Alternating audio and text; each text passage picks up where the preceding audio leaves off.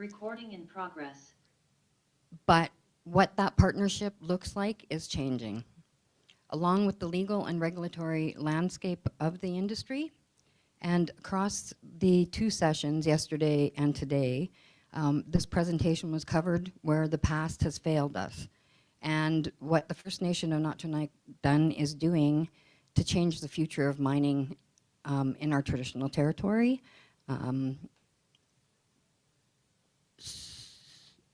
So a summary of yesterday's session one, we talked about our treaty and the Eagle gold mine disaster.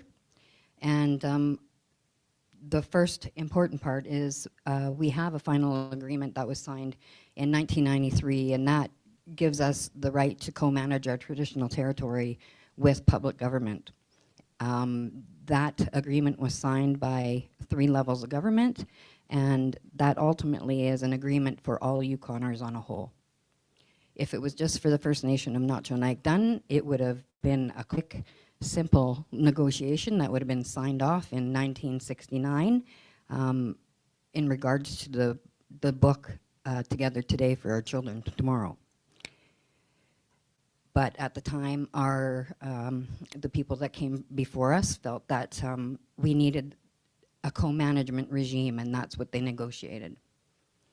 We also talked about the Eagle Gold Mine catastrophe, what actually happened during the disaster, the impacts of the disaster, the regulatory environment surrounding the disaster, and our call for change of the results of that and the challenges that we experienced and continue to experience in that realm. Really, that became the last straw for us, Eagle. When that failure happened,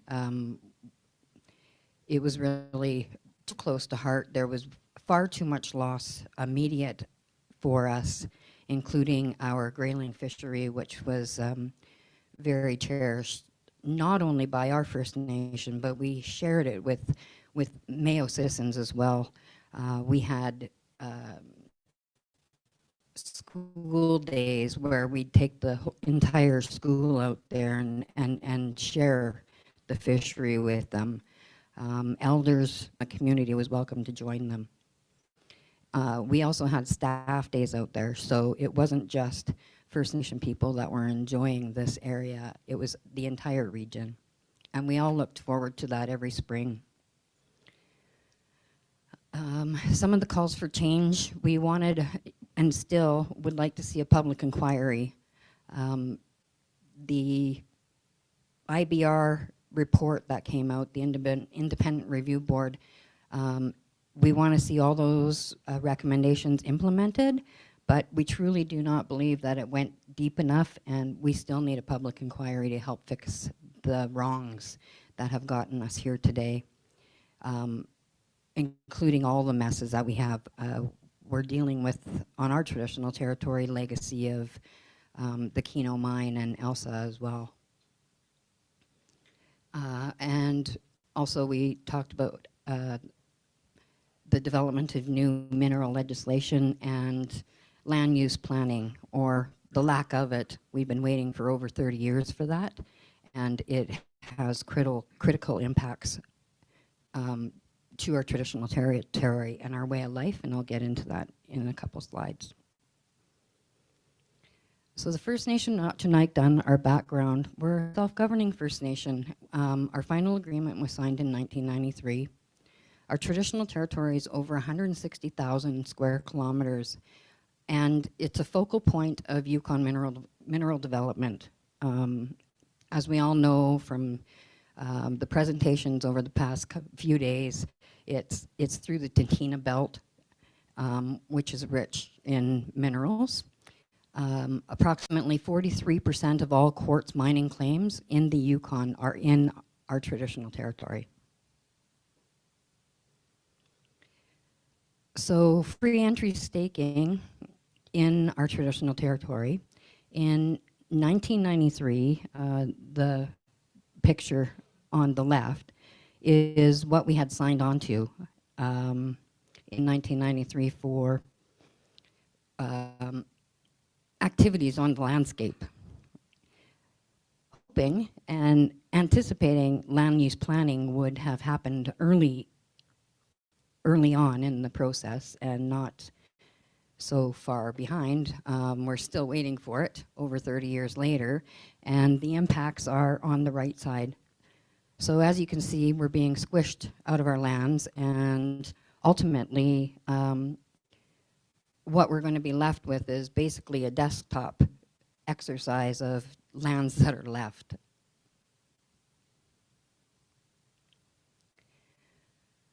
The First Nation of Na-Cho Nhäk final agreement at a glance.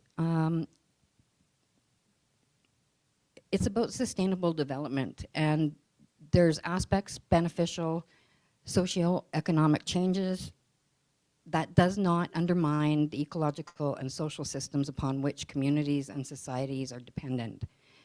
And within that, there's co-management built within that, so we can steward the lands together. And the First Nation of Na-Cho Nhwëch'in was promised in that agreement that we could manage our traditional territory with public government. The First Nation of Na-Cho Nhwëch'in's role is enshrined in our treaty. We're partners with the public government to protect our ways of living. That's a promise that was enshrined in those agreements.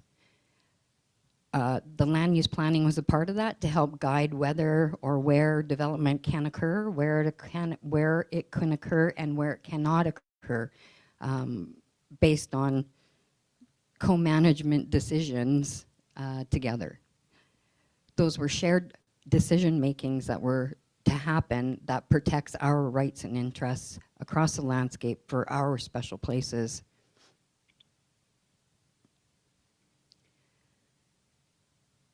The First Nation of Na-Cho Nhwëch'in's role in practice, however, we have had very little to no role in the decision making in our traditional territory, and consultation has basically become a checkbox exercise that has our concerns falling on deaf ears, and we raise that all the time, that the checkbox is becoming a very meaningless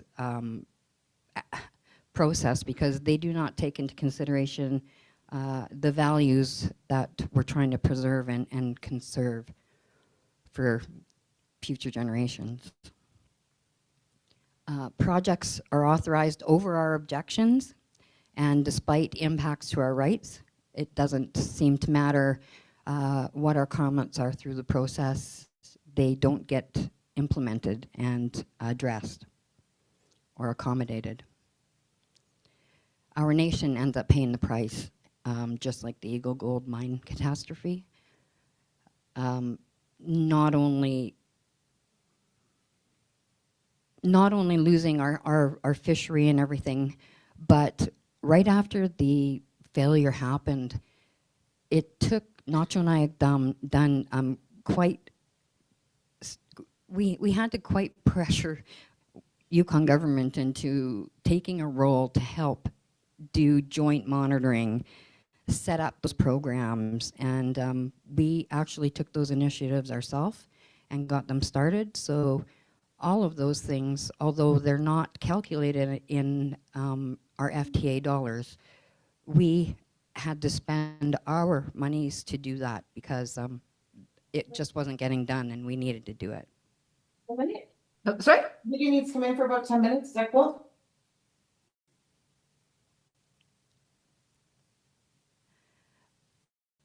So I will pass it on now to Nuri, who will talk about some of the changes that are happening as a result of court cases that have been won recently and over time. Thank you, Nuri. Thanks, Chief. And good afternoon, everybody. As Chief mentioned, I'm Nuri Frame. I'm a partner with the firm Pape Salter Taille, and we're outside legal counsel to the First Nation of Na-Cho Nhwëch'in. I've worked with NND for about 15 years. Our firm has been working with NND since the mid-1980s, so it's a relationship that is incredibly important to me. And seeing NND's treaty brought to life and seeing the promises that animate, or at least that are supposed to animate that treaty, given life and given effect, is enormously, enormously important to me. And because of that, I'm really disappointed to be sitting here today. A panel like this, you don't want to have a lawyer sitting on the dais. You want Hähkè Taylor, you want Chief Hope, you want Indigenous leaders talking about how their treaty is providing a foundation for their nations to build governance, to enhance jurisdiction, to enhance prosperity for themselves and for the territory as a whole. And I think it's fair to say, if the treaty was working as intended, I wouldn't be here. And the fact that I'm here is a really unfortunate and disappointing commentary on the fact that the treaty isn't working as intended. You know, Section 35 of the Constitution, which is, for those who don't know, the provision of Canada's Constitution Act 1982, which recognizes and affirms as constitutionally protected the rights of Aboriginal peoples and the treaty rights of Aboriginal peoples, was not supposed to be a license to sue. It was supposed to be recognition by the public governments of this country that Indigenous governments were another order of government, stood as equals and as partners in development and in protection of lands. And instead, what we've seen, both with Section 35 and unfortunately with modern treaties like the NND Final Agreement, is they have become little more than licenses to sue, at least in too many contexts. And there's an analogy that my late friend Jim Aldridge, who I know Hähkè will have known, used, and I steal it at every opportunity because it's better than anything I could come up with. And he said, one of the problems we have in this country is that Indigenous governments see modern treaties as marriage agreements, and public governments see them as divorce agreements. In a marriage agreement, you figure out how you're going to work together because you're in it for the long haul. You understand that this is a partnership, and this partnership needs to last forever, and it needs to be flexible, and it needs to be respectful, and it needs to understand the autonomy and the values and the principles of each partner. And for those of us who are married, we know we didn't sit down sort of as part of our wedding vows and say, I'm going to do the dishes on Thursday, you're going to do them on Tuesday, I'm going to do laundry, you're going to cut the grass, I'll shovel snow, you just understood that you'll make it work together in partnership, respectfully, and with an understanding of the other's interests. But divorce agreements are different. Divorce agreements are signed between two people who never want to touch each other again. Divide up the assets. You get this, I get that. You get the weekends, I get the kids during the summer break. You get the dog, I get the cat. You get the house, I get the cottage, and you never talk to each other again. And unfortunately, we've seen far too often an approach to the implementation of modern treaties, certainly in the North, certainly in the Yukon, as subscribing to that divorce agreement approach, where people review the text of the agreement and says, if it doesn't say I have to do it, I don't have to do it. Point me to the clause that says I have to do that, and if you can't, then I'm going to carry on doing what I've always done, because you can't hold me to some kind of contractual obligation. And for me, and I know for Chief Hope and for NND, that so fundamentally misses the point. That treaties are not contracts. Treaties are sacred, constitutionally protected agreements that are infused by their spirit and intent, and that are intended to be obligations, continuing, purposeful, meaningful, good faith obligations that both treaty partners, or in the case of NND and TH's final agreements, all three treaty partners, Canada, Yukon, and the First Nation, actually work consciously and affirmatively to achieve and grow every day. And far too often, we don't see that happening. And when that doesn't happen, people call people like me. And I have a mortgage to pay. It's not all downside for me, but ultimately, I don't want to be doing this with my time. I would much rather be supporting Chief Hope and her nation as they build First Nation priorities, as they advance their own laws, as they build prosperity and health and wellness for their people.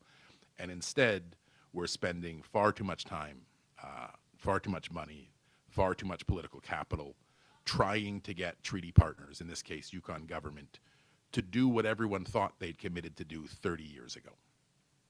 And that is, I said, a very, very disappointing state of affairs. And so I want to talk a little bit about two lawsuits that NND has been involved in over recent years. One, I think you could sort of characterize as the appetizer.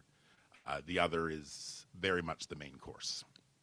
One is a case that's been decided already, and one is a case that was recently filed and that is going to be moving forward in the courts over the coming years. And as Chief noted, these cases exist within the context of a long line of litigation in Yukon around both modern treaty interpretation and implementation, and also around mining.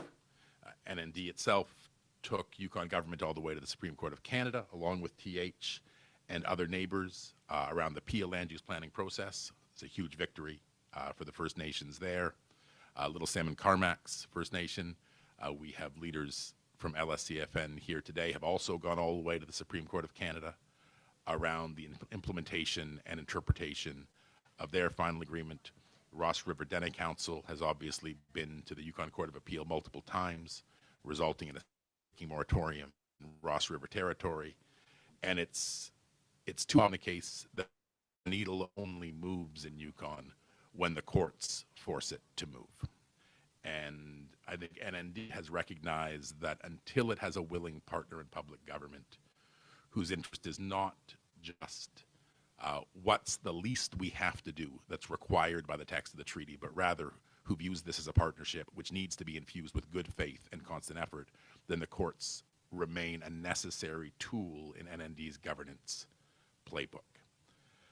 So the first case I want to talk about is called Na-Cho v. Yukon. There's a few cases called Na-Cho v. Yukon. There is going to be more cases called Na-Cho v. Yukon. This one people colloquially refer to as the metallic minerals case, which is the name of the proponent whose project was at issue. I want to be clear up front, though, that metallic minerals is not the villain in this story. Metallic minerals obviously was the proponent of the project, which became the subject of this litigation.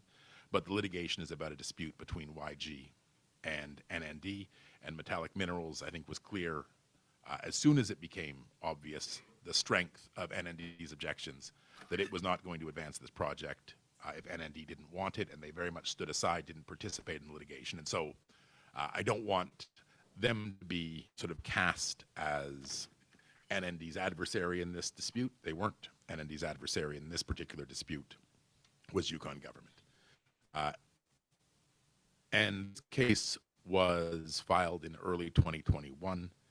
It concerns a Class 3, Class 4 mineral exploration project being advanced by metallic minerals in a core part of NND's traditional territory, the Beaver River watershed, which is part of the broader Stewart River watershed.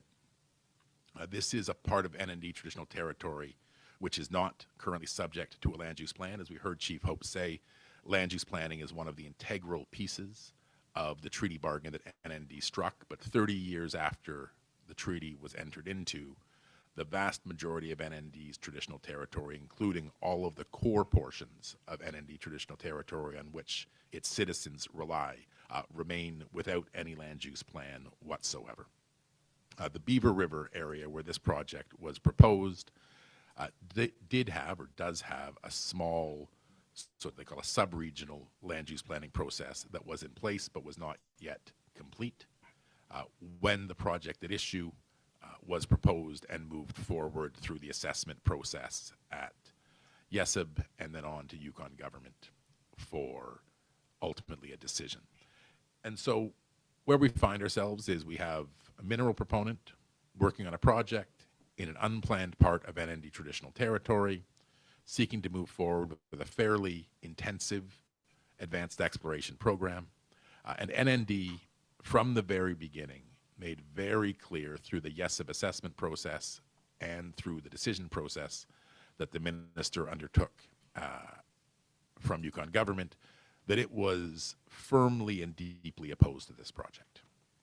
That this project was in an area that NND considered sacred, in one of the few truly untouched areas of NND's traditional territory. You saw that map put up a little bit earlier that the chief had, showing the evolution of claims and mineral projects in NND traditional territory. And it always, to me, you look at that map and it looks to me like a case of the measles. You know, you start with one or two, and then, you know, a bit of time passes and the rash has spread from one end of the territory to another.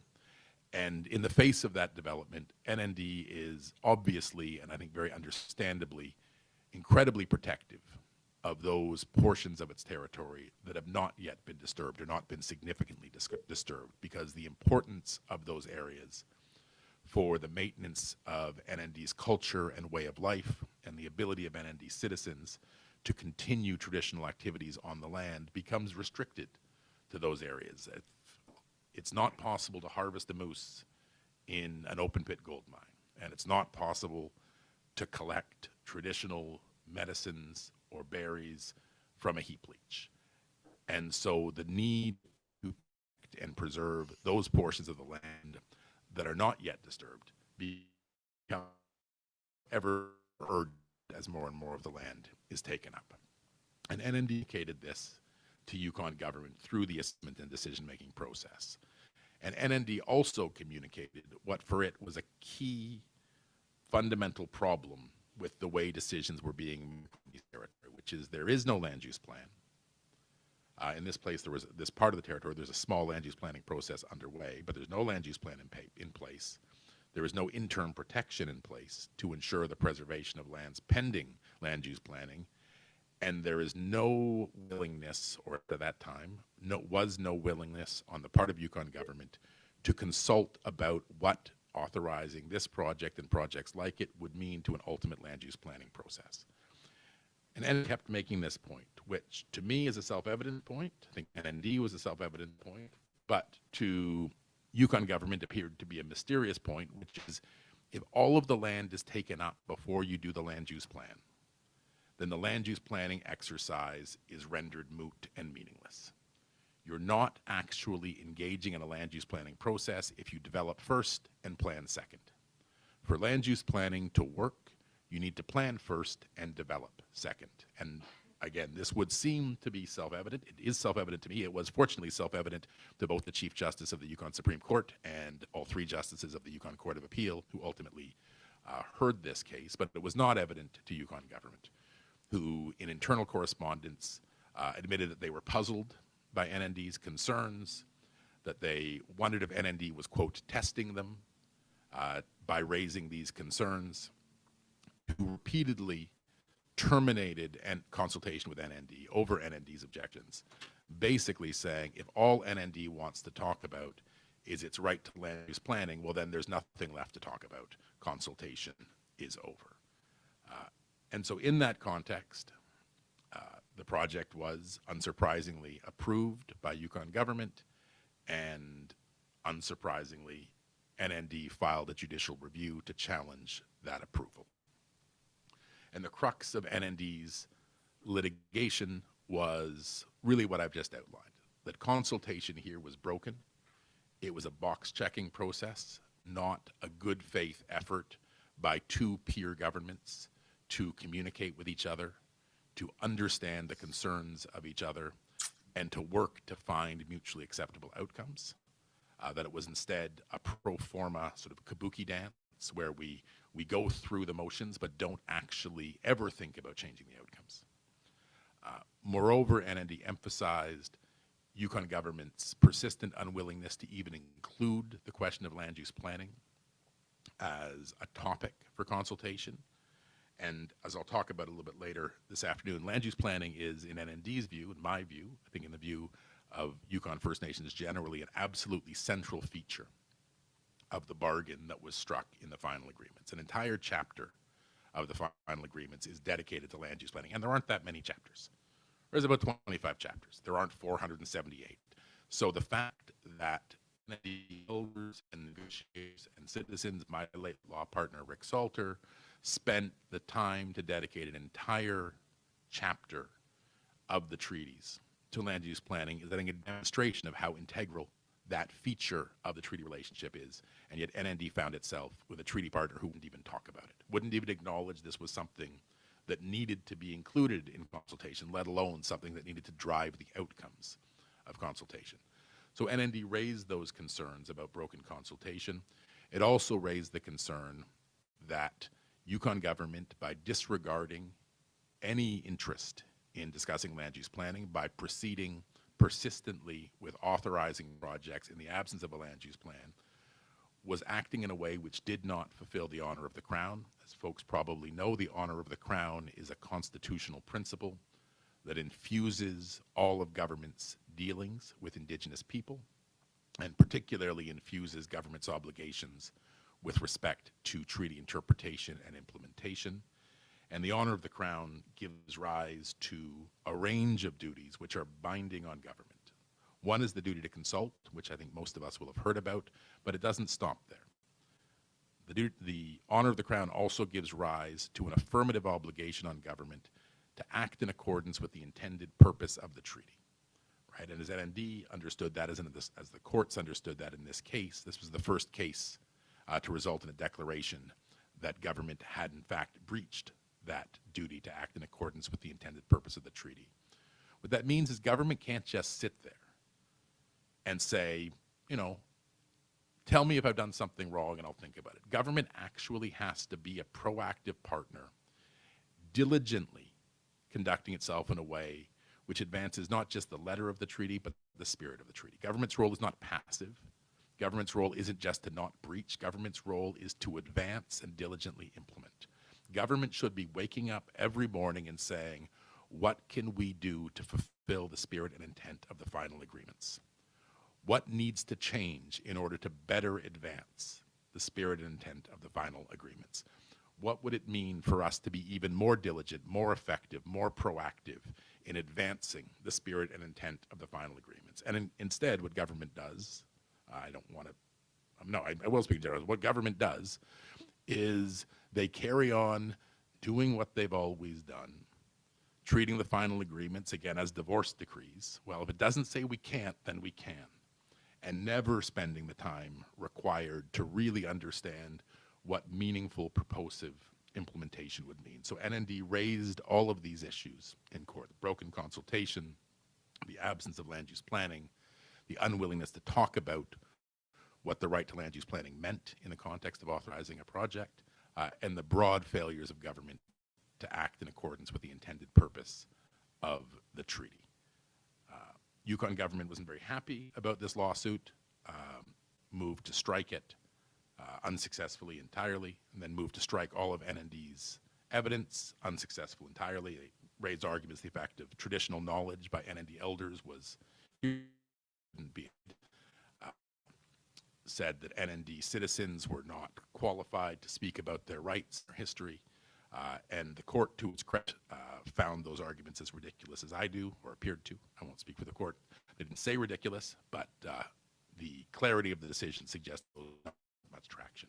So after multiple attempts to make this case go away, it proceeded to a multi-day hearing before the Chief Justice of the Yukon Supreme Court, who ruled entirely in NND's favor, that consultation was fatally flawed here, that the duty to consult had not been fulfilled, that Yukon's refusal to talk about land use planning was not consistent with the honor of the Crown, that Yukon's refusal to even consider what the implications would be for a future land use plan by authorizing projects now before a plan was in place was not consistent with diligent implementation of the treaty. There's lots of other pieces. The Yukon government refused to come to Mayo to meet with NND citizens as part of the consultation process, saying it wasn't feasible. I guess driving a few hours from Whitehorse to Mayo was just too burdensome for public government to consult about this, or perhaps hearing directly from NND citizens was simply too unwelcome and too uncomfortable. Again, the court was unsympathetic to those arguments and suggested that it was not open to government to simply disregard the requests from the First Nation to meet with citizens and to understand their concerns. So NND was entirely successful in this case. The decision came down in 2023. And the court was clear that approving projects in the absence of a land use plan might in and of itself be inconsistent with the treaty. Right? It would depend on the project, would depend on the place. Obviously, some areas are more sensitive than others, some projects are more disruptive than others. But Yukon government's presumption that until there's a land use plan that stops it, it's open to public government to just authorize every project that comes along was, in the court's view, no longer a valid position and not consistent with the treaty. Yukon government appealed, no great surprise. Yukon government lost, no great surprise. The Court of Appeals decision, by and large, endorsed the decision of the Yukon Supreme Court, confirming again the key holdings that I've talked about, particularly this idea that approving projects in the absence of land use planning may in and of itself be inconsistent with the treaty in the honor of the Crown. And that's an incredibly important thing to keep in mind. I know there's lots of industry folks here, but for projects that are used in parts of the Yukon and in Nuri that are not subject to a land use plan, there is a legal source hanging over those projects from day one. That there is significant question about whether the planning process, and in the absence of First Nation support, and I know we have folks here from Snowline who've just signed an agreement confirming that their project will only move forward with FNNND support and with the consent of the community. And from my perspective, that's likely become an unavoidable first step to doing business in unplanned, certainly in unplanned portions of the Yukon, given what the court said in these cases.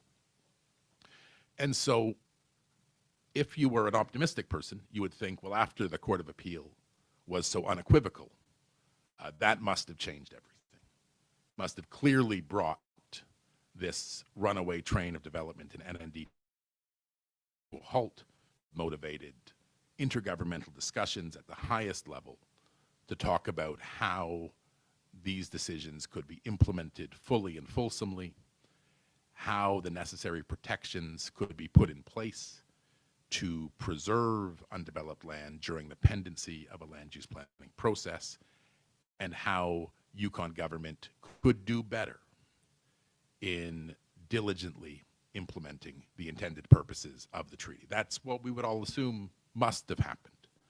Fortunately, that is not what happened. Instead, while the beginnings of a land use planning process has been undertaken for NND traditional territory, there is no interim protection of any kind included in that process. In fact, that process fundamentally relies on, or at least from a Yukon government perspective, is rooted in the idea that no interim protection will happen until well into the land use planning process.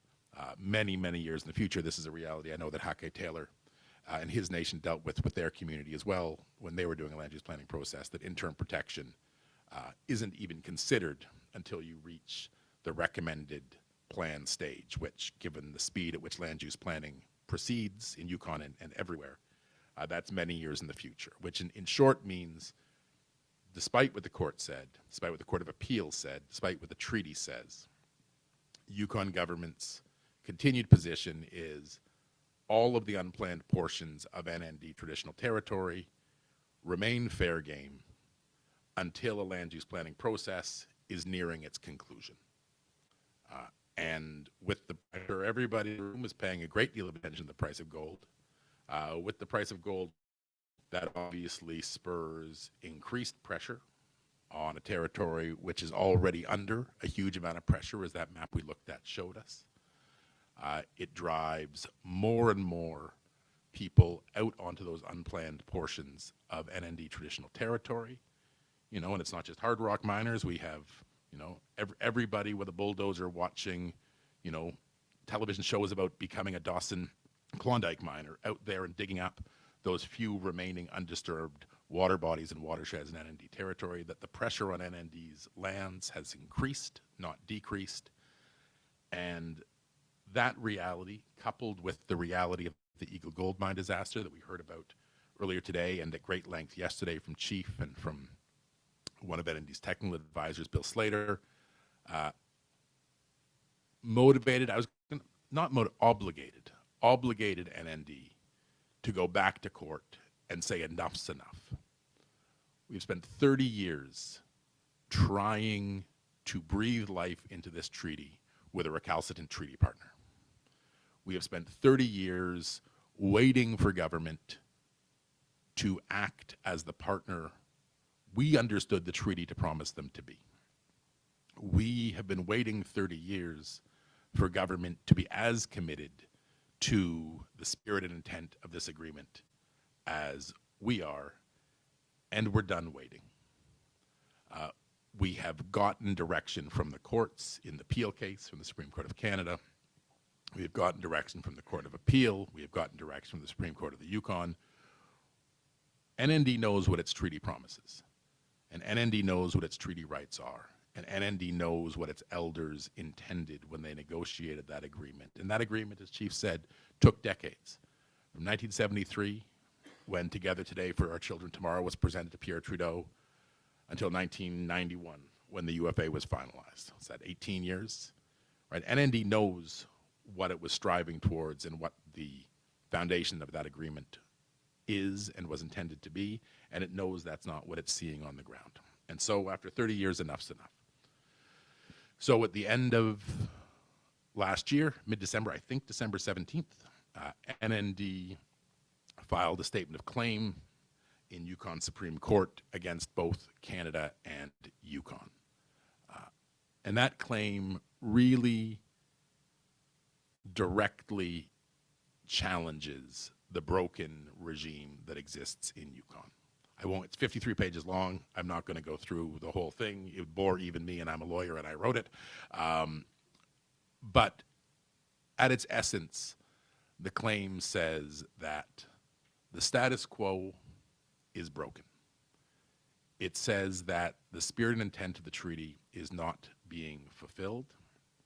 It says that the existing regime for mineral development in Yukon, which is rooted in, as I think we all know, a Klondike Gold Rush era legal and regulatory framework, which prioritizes interests of proponents over constitutionally protected treaty rights, which essentially neuters the oversight role of government, renders it little more than a mining proponent, and not an effective and robust regulator or enforcer of regulations.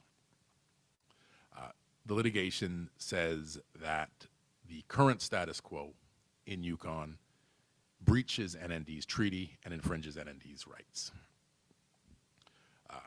In particular, the litigation highlights two key features of the treaty.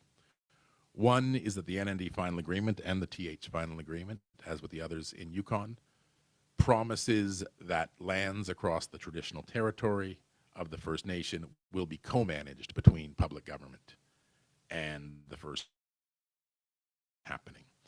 Instead, the First Nation is left on the outside looking in, sort of shouting at the rain and trying to change the way development happens in the absence of a land use plan as developed or as promised by Chapter 11, and absence of true collaborative partnership with public government. And the second key feature of the litigation is that the treaty promises that development will only happen in NND traditional territory if that development is sustainable development. That term is defined in the treaty. Development which is sustainable is development which doesn't undermine the traditional ways of life of Yukon Indigenous people or the environment on which they rely. And NND's claim says that what's happening right now in Yukon does exactly that. It throws co-management out the window, and it undermines sustainable development as a guiding light, as a principle, and as a constitutionally protected obligation on public government when considering proposed developments in NND's traditional territory. The claim goes beyond that, and it focuses particularly on the Eagle gold mine disaster, and says that, well, of course, there is culpability for the owners of Victoria Gold. We all know who they were.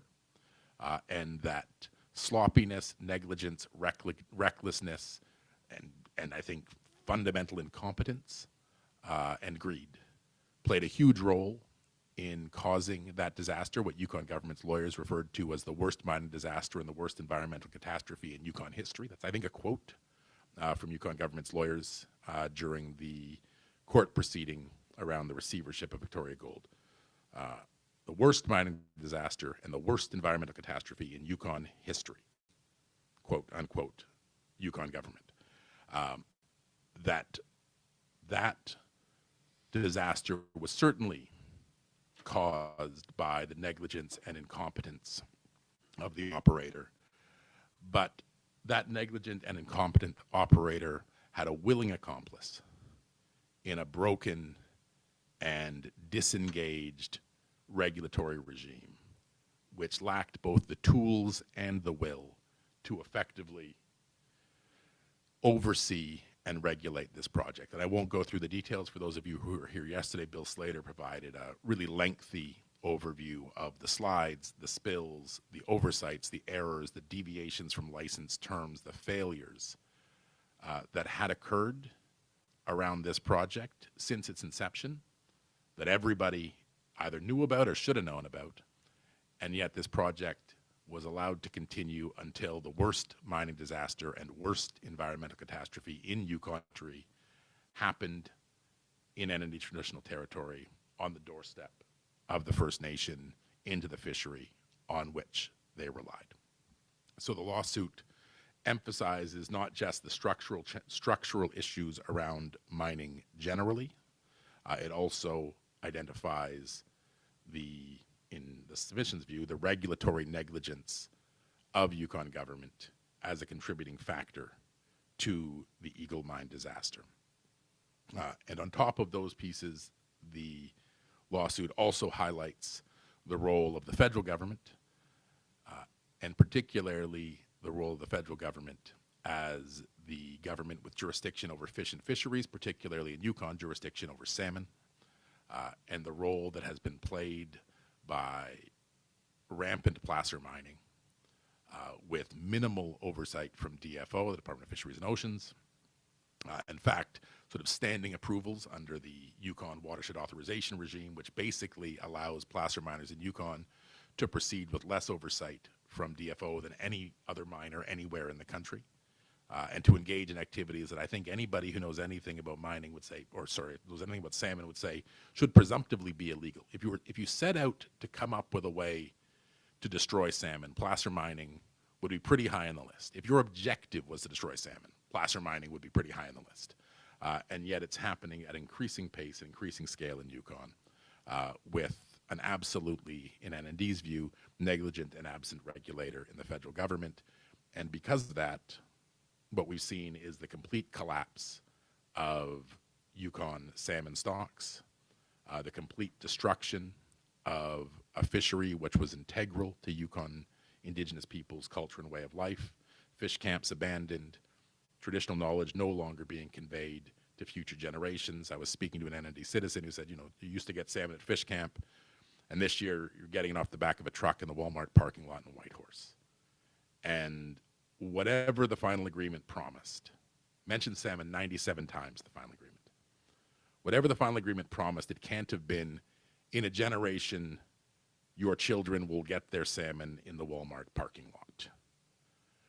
And so, in that context, NND has brought this claim, as I said, against Yukon and against Canada around fish, around eagle, around regulatory negligence, and around the broken mining regime in Yukon generally, seeking to permanently change that regime and the status quo, and also seeking interim interlocutory injunctive relief, so an injunction right up front to halt staking in the unplanned portions of NND traditional territory, and also to require Yukon government to enter into discussions with NND to reach a workable consultation regime which will actually allow NND's views to be heard and taken seriously.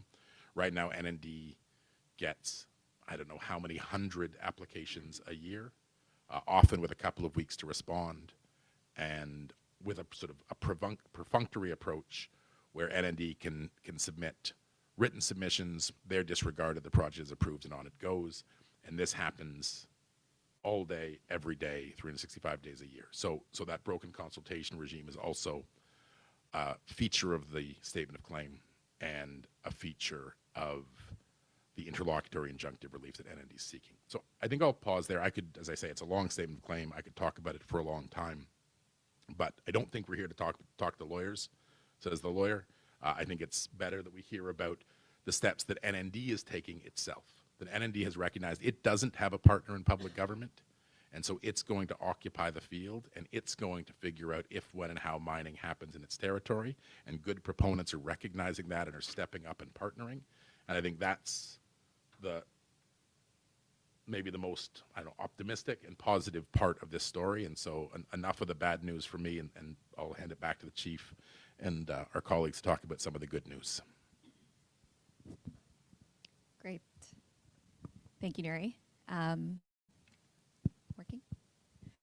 Sorry, another lawyer here, but I will be brief before turning it over to the NND Lands Department to share some more of the exciting work that NND is leading to advance its governance role over the NND traditional territory. But first, want to pick up on some of the land use planning issues that Chief Hope alluded to and spoke to in terms of the treaty promise that NND would have a land use plan that would guide whether and where development could take place. And like Chief Hope and Nuri spoke to, NND has been trying to initiate a Chapter 11 regional land use planning process for the NND traditional territory for decades. So soon after signing the final agreement in 1993, NND was reaching out proactively to Yukon government saying, okay, we have our treaty, let's start land use planning so we can decide together how to co-manage our traditional territory in a way that supports sustainable development and supports NND's ways of living. Unfortunately, 30 years went by and that Chapter 11 land use planning process did not begin. Finally, last year, after years of NND pushing to try and start that land use planning process, YG agreed to begin a Chapter 11 process for the unplanned parts of the NND traditional territory. And so that MOU was signed in the first half of 2025, and that commits YG and NND to working together to establish a planning commission and to develop a land use plan that will guide whether and where development can occur on the NND traditional territory. So starting to get into the good news story here, that's wonderful, and I know NND was really excited that that planning process can finally begin.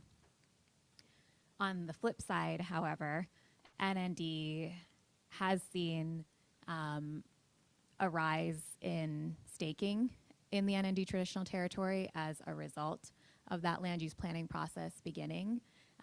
So the Lands Department can speak to this further, but they have seen more claims sprouting up in unplanned parts of the NND traditional territory, which I think reflects the points that Chief Hope and Nuri spoke to earlier, which is that the pristine parts of the NND traditional territory are increasingly critical to the continued exercise of NND's rights, NND's ways of living, and as a result of the land use planning process beginning, NND is very concerned that those pristine, untouched areas of the NND traditional territory are now seeing increased staking and potentially development down the line. So this underscores the point that NND has been raising with public government literally for decades, the need to protect the NND traditional territory until there is a complete land use plan in place that is actually being implemented, that protects NND's rights. So NND is continuing to push public government to try and agree on interim protections that would enable NND's rights to continue to be exercised on the NND traditional territory until there is a land use plan in place. And as Nuri spoke to, given the court findings in metallic minerals and the recognition from multiple levels of courts that authorizing development during the pendency of a land use planning process may undermine that land use planning process and the eventual land use plan.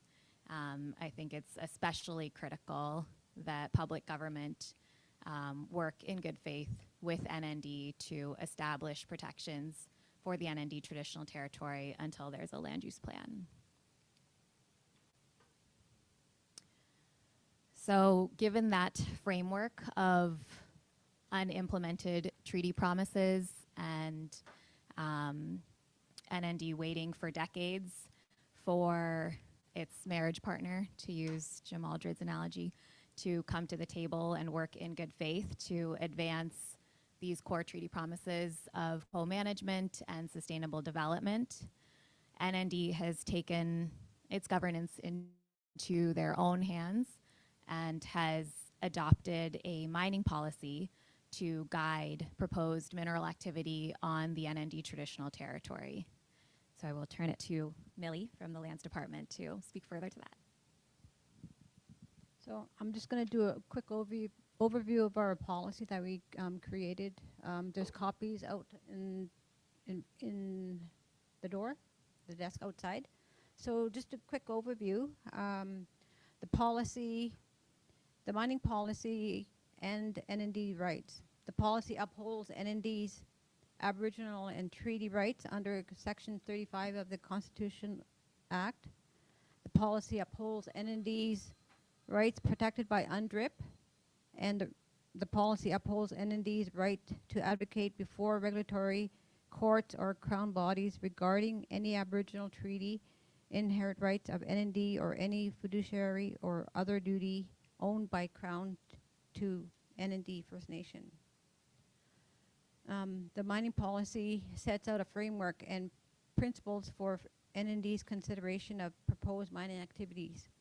NND supports sustainable development in our traditional territory when it is founded in NND's ancient principles of reciprocity, respect of NND's rights and interests, and consistent with NND's traditional use and ways of living in NND's traditional territory. For NND to consider a proposed project, the proponent must confirm in writing that the project will only proceed with NND's consent, and that's part of the policy, which is the MOU. The policy creates a potential pathway to obtain NND's consent and support for mineral activity. Some potential benefits to proponents from the mining policy. Commitment to NND and the policy comes to clear benefits to the proponents. A smoother and more defined engagement process, less combative assessment and regulatory process, and working in partnership towards a mutual beneficial understanding of the proposed activity and obtaining a clear social license for the proposed project. And I'll just pass it to Lauren. So one of the four principles of the mining policy are situated within Dunkate, and those are caring, sharing, teaching, and most importantly, respect. These are the four principles that are the basis of Northern Shoshone culture. They are the basis of Dole law, and they should be followed, and they can be followed through this mining policy. The mining policy allows NND NND to govern their traditional territory, not just settlement lands, their whole traditional territory, and to protect their ways of living and the lands and the waters from things like the John McConnell disaster or from things like the cumulative disaster that happened down with the Blueberry First Nation. We have in order to show respect to proponents who want to do industry on NND's traditional territory, we have shared a pathway that they can follow that shows care for both their time and our time and teaches them how to go forward in a respectful way on NND's traditional territory. So the first step that they can do, that they have to do, is follow the MOU process. And notice that that doesn't say email the NND Lands Department or the NND chief to meet at Geoscience or Roundup. It starts with the MOU process. And I'm going to hand it back to Chief, who will talk about an example of successful MOU. So yesterday we had a wonderful fireside chat, and it highlighted the relationship that has been started with Snowline. And I guess right up front, I just want to acknowledge and show them respect that even from the first time that I presented the mining policy in at the Geoscience 2024, they were extremely respectful to that, and they were willing to sit down with us right away. They wanted to sign. They didn't see anything that was glaring to them that was a barrier for them to do that. And while they were willing to do that, they also respected the situation that Na-Cho was in at that moment, being thrown into the emergency of dealing with the Eagle Gold disaster. They remained patient over the course while we were dealing with that, and still continue to deal with that. And I have to say that they raised yesterday that they gave us credit too, that we're still willing to work with industry in light of all the grievance that we carry in light of mining industry. We have said right from the start, we're not against mining. We need mining. We recognize that, and we just want to be a part of it. We want to make sure it's done in the best ways, in the best places, and plan for long periods of time for future generations, and we want to be inclusive into those. And that is exactly what the MOU is about, is that commitment from the company that they will not move forward on any aspect, including the development of a mine, without our consent. We've talked about it. We've had hard conversations of steps beyond this, and we're not following any book that's made already. Any company that comes in and signs an MOU with us and we start working in these processes, we're going to have all those conversations, because while I speak for the First Nation of Na-Cho, we have many traditional territories spread across the Yukon, and each and every one is individual. Not only that, within those traditional territories, there are areas within those traditional territories that are separated too. And that is for us to help figure out, for you to figure out how to deal with. For instance, there are areas that are managed by different family groups.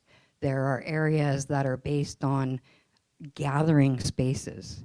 There are areas that are based on gathering spaces, not just within our own First Nation, but multiple First Nations. I can think of Royal Creek. We used to do an overland trip, and Hwëch'in from NWT would meet there. Old Crow would come, meet there. Ross River would come, meet there. Those are historical places that are very sacred to us. So you need to come and talk to each and every one of us to figure that out. And the MOU is that commitment to start developing that relationship, that they will not move forward without us. And it's a good start. We have also had hard conversations with them, understanding the impacts and experiences, the bad experiences that NND has had in the past of not being included in the development of mining or where it went, any part of the historical place of that. But that time is over, and we're moving forward on a new foot where mining is not going to be decided for us anymore. It's going to be decided by us, with the company. And that's the only way forward. We have to find the best ways to steward the lands, and it's not just our obligation. As Yukoners, just as Scott said yesterday, he's a born and raised Yukoner as well. His heart is in the land, and he's got kids too. All of those are partnerships that make a community thrive, and we need those relationships to make communities thrive. Right now in the Yukon, all our communities are struggling, and we need to fix that. And I know Snowline is one of the ones that's willing to do that and totally understands all the concepts. Once we sat down and started having those difficult conversations, we found really a lot of our values aligned. Because we're just different industries, they're in mining, we have a First Nation governance background. Once we started talking, we were really saying the same things, we were just saying them in a different way. So those conversations have to be had to get to that, so that we know what we're talking about, bottom line, and work together to get to the next step in the best way as possible.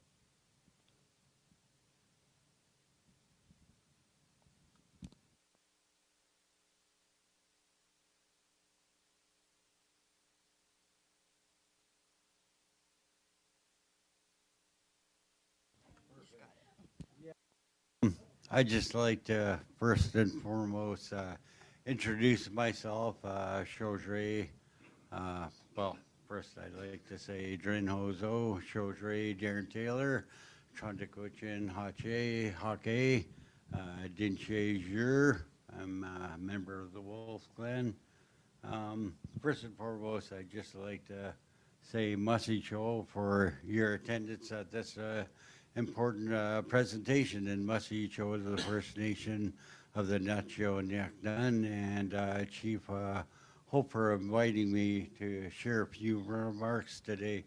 I'd also like to acknowledge everybody in the room, chiefs, deputy chiefs, their technicians, their legal counsel, former chiefs, architects of our modern day treaties. I'd like to acknowledge Richard Sidney, Dave Joe, and Dave Keenan, or sorry, I call you Dave Joe.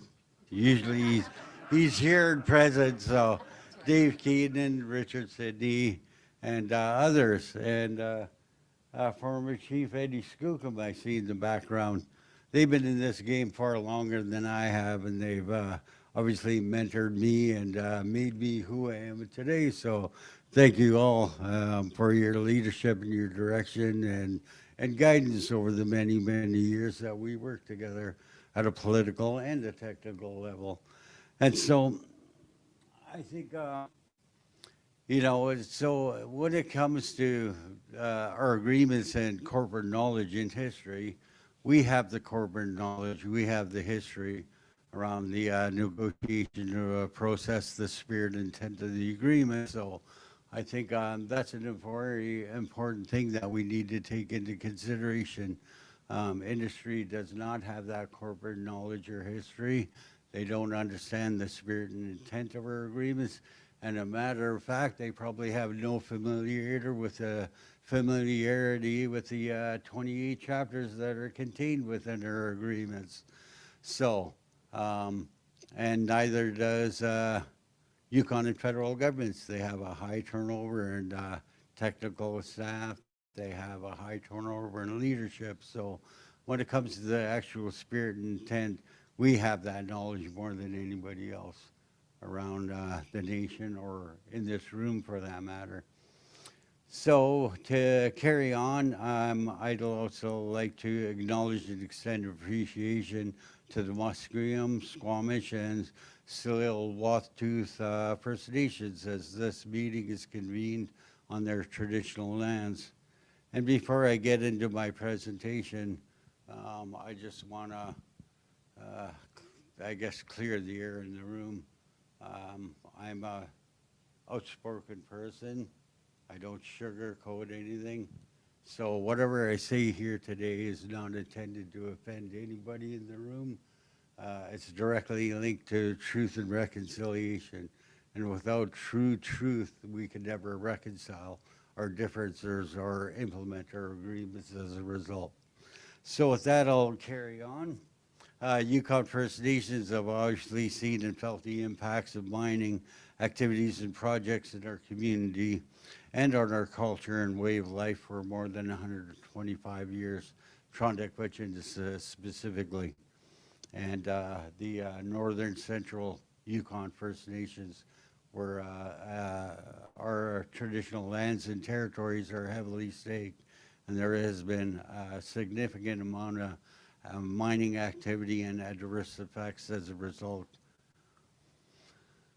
So while we have adapted over time to form more collaborative and beneficial relationships with industry itself, much work is left to be done to ensure Yukoners retain benefits from the extraction of our public resources. And I think that's very key and important. Our agreements aren't just for Aboriginal people and our citizens. There are benefits throughout the whole territory for everybody, municipalities, non-government organizations, the public education system, the health system, and the list goes on. So let's not undermine the implications and the benefits as it relates to our agreements. It's not only for us, it's for the entire territory. And given that the big buzz is resource extraction and critical minerals, we need to make sure that we benefit as Yukoners, as First Nations people. And until there's a favorable framework established in the Yukon, I can't support mining. We've already missed the first gold rush in the Klondike. We were nothing, absolutely nothing. And so things need to substantially change. And so if we want to reconcile, we got to speak the truth. But I hear reconciliation from industry, from the territorial and the federal government. Those are buzzwords. If you truly want to reconcile, you need to engage with each and every one of us. We have been affected differently by community. And if you want to reconcile, you got to understand, meet with us, and understand what we exactly need to reconcile. Otherwise, reconciliation will never work. We know the impacts that need to be reconciled at all levels and nobody else. So don't have any preconceptions or plans around how you're going to reconcile with us. That entails direct engagement and discussion and dialogue with a plan and financial resources to actually truly reconcile our past differences and the adverse effects that we're living with each and every day. So I'll get on to new mining legislation. Obviously, everybody around the table understands the importance of new mining legislation. Again, Yukon First Nations remain committed to the development of new mining legislation with the Yukon government to modernize and improve the outdated mineral regime for the Yukon that is inconsistent with our Aboriginal and treaty rights and provides benefits for Yukoners without compromising the integrity of our environment. We need balanced management that fosters responsible mining activities. New mining legislation must bring real reform. We cannot allow the status quo approach to mining to continue, as it fails not only Yukon First Nations, but Yukoners at large and industry itself.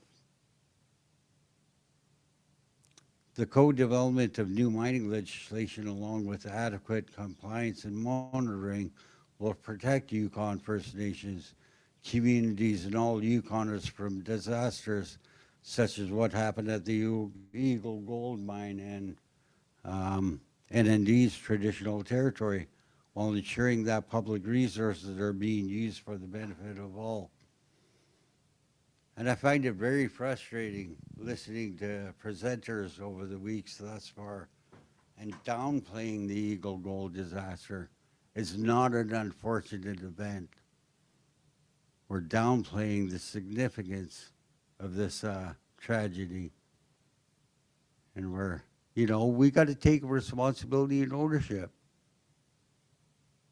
The company got to take on responsibility for a flawed design. The Yukon government has got to take on responsibility because of their lack of oversight and the regulatory, the permitting process, and when it comes to inspections. Had they inspected that mine regularly, they would have known they exceeded their water authorizations, and they could have avoided this disaster, but that wasn't the case. And in fact, that's a real issue in my traditional territory, where most of the placer activities currently exists.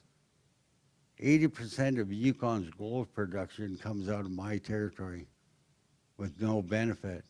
We have no royalty regime in the placer context.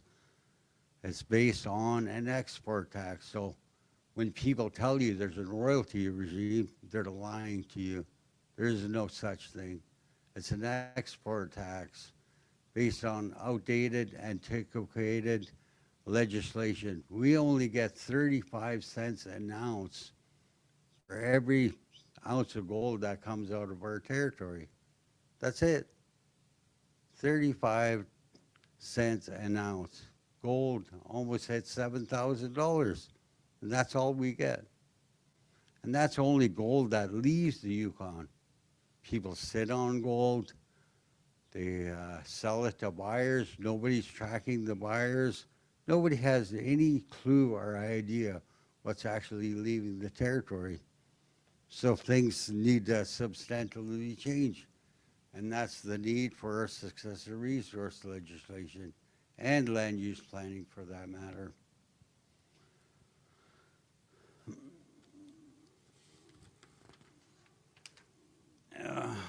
New mining legislation will also bring benefits to industry by providing certainty and a social license to operate in the territory. It will ensure that mining companies can safely invest while continuing their operations. We also must advance, complete, and implement regional land use plans. These foundational plans are meant to guide resource development in our respective traditional territories and is a key provision under their final agreements that allows us to truly participate in the management of public resources.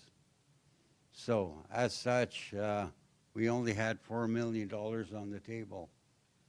We've been self-governing nations for some 35 plus years now, and we've only got 2 final plans.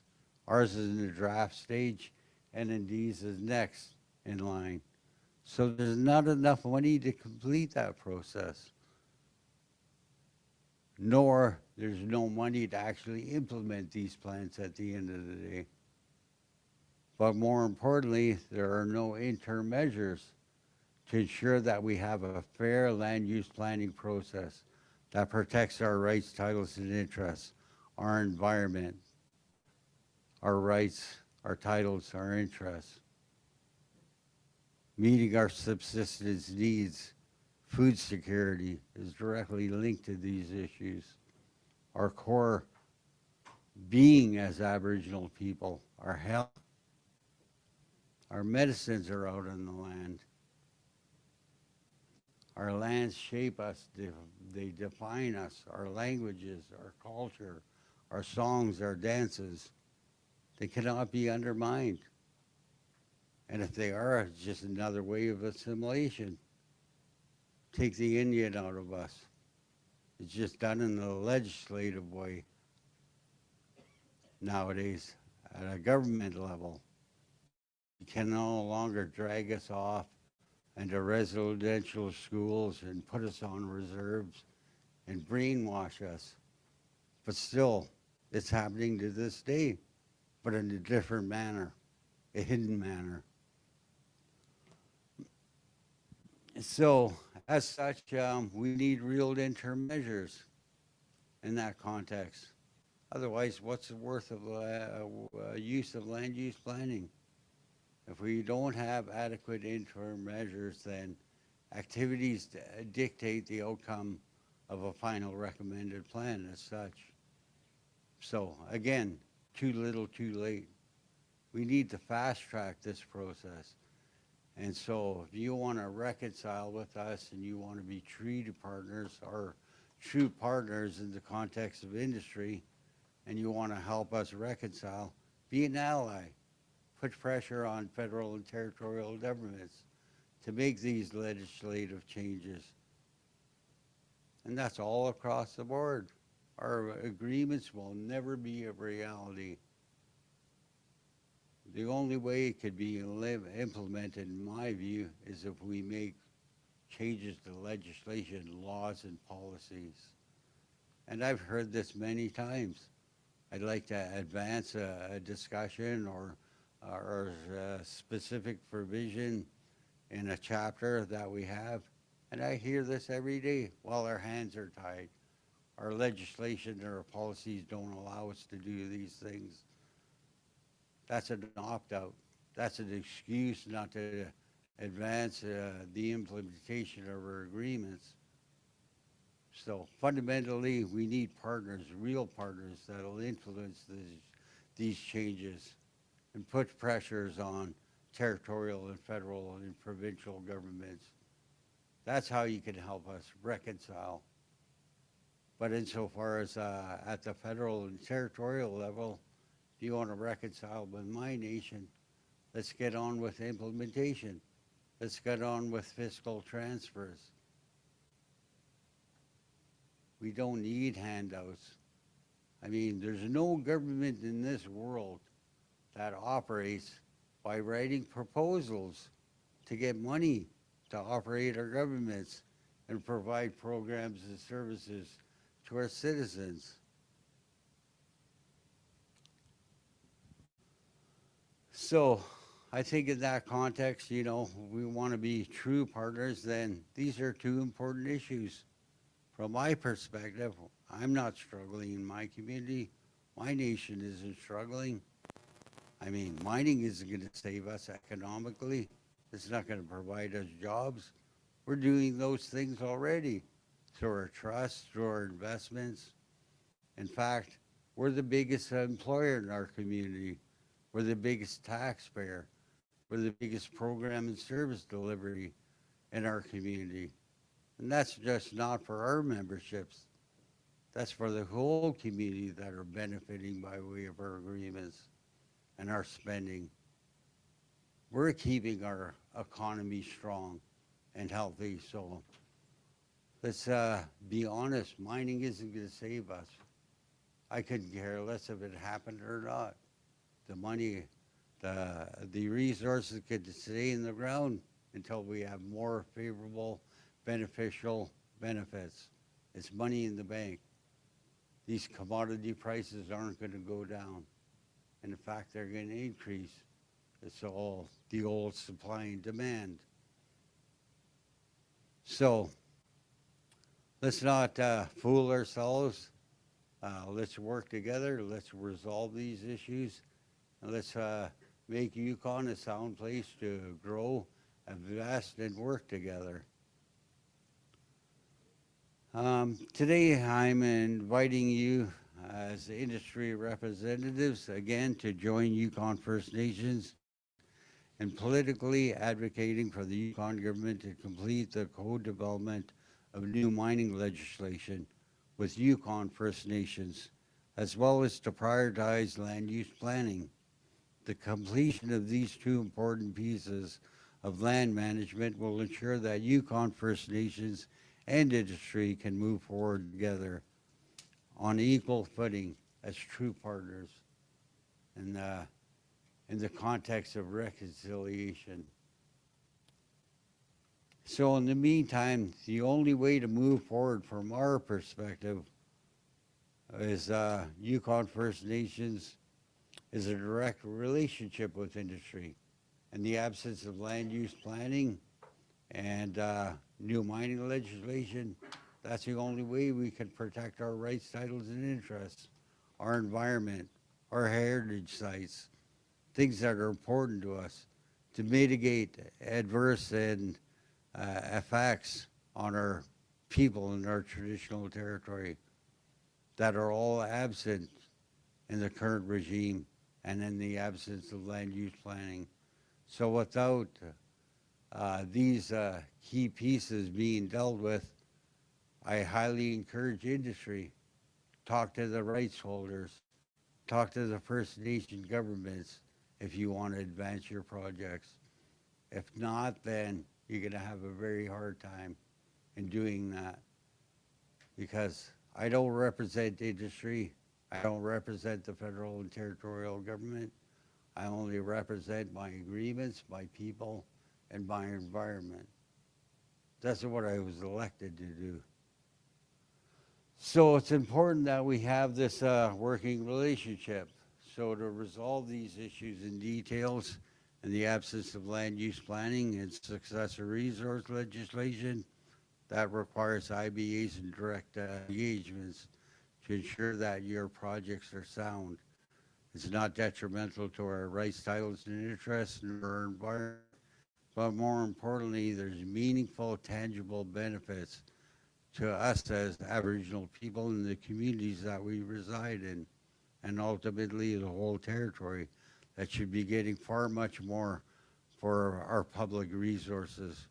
We're selling our resources for the pennies on the dollar with no substantive benefit, and that needs to change.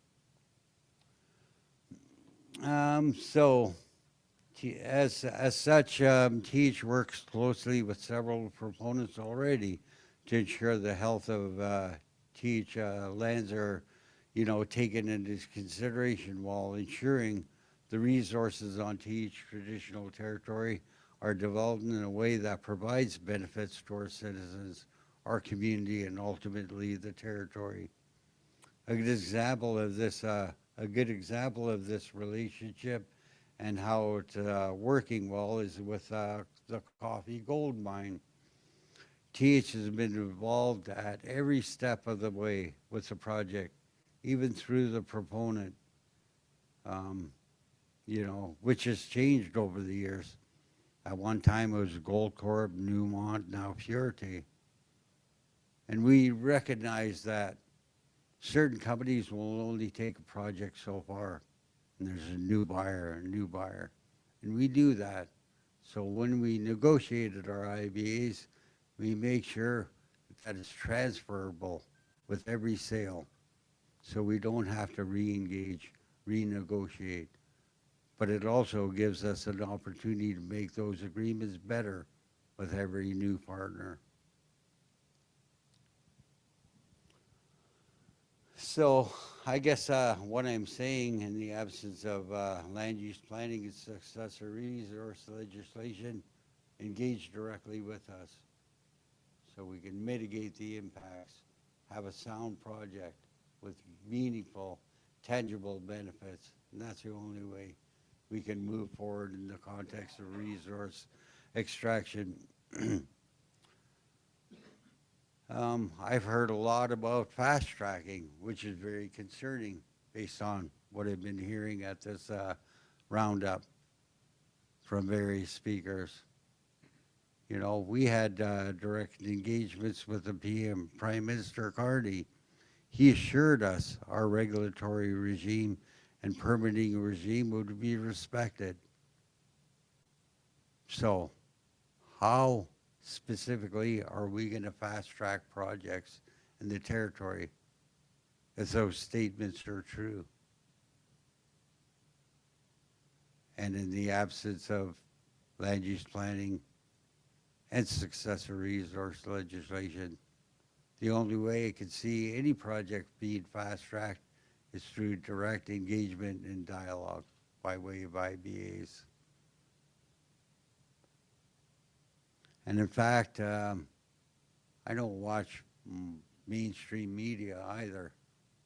I look at alternative media sources to fact check And in fact, I came across a clip of Prime Minister Carney at an event with the Liberals in industry around C5s, critical minerals.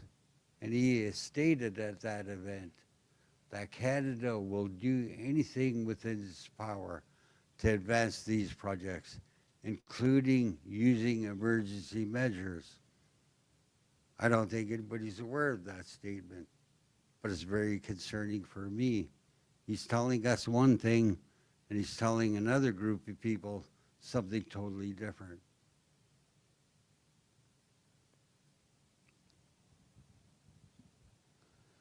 So I'll just move on to legislation, not specific successor resource legislation, more along the lines of what we're doing and NND is doing and other Yukon First Nations. TEACH is also reviewing our Lands and Resources Act. This act governs actions on the surface of all TEACH settlement land by ensuring the act is robust. TEACH can protect and monitor activities on settlement land. Industry operating on TEACH settlement land must comply with the TEACH Lands and Resources Act and the TEACH Final Agreement. And it's going to have an effect and implications on mining for these grandfathered claims, specifically on Category B lands and A lands. A lands in the context of grandfathered claims. Right now, there is no staking on Category A lands, with the exception of claims that have been there for a long, long time. They got grandfathered in. But B lands are still vulnerable. And in the absence of new mining legislation and land use planning, we're going to reflect and protect our B lands by our own acts, our own legislation, our own laws. Remember, if you stake a claim, that doesn't give you title to anything. It doesn't give you ownership of anything. All it does is give you a potential right to access a mineral resource. But again, before any authorization should be given, you got to prove there's a right to access. So, despite it being on our lands, we govern the surface, so we'll dictate who can build the roads, who can mow down our trees. We'll take security. We'll ensure there's a reclamation. We'll ensure there's security. We'll ensure that activities that are conducted on the surface isn't detrimental to our fish and wildlife populations, our waters.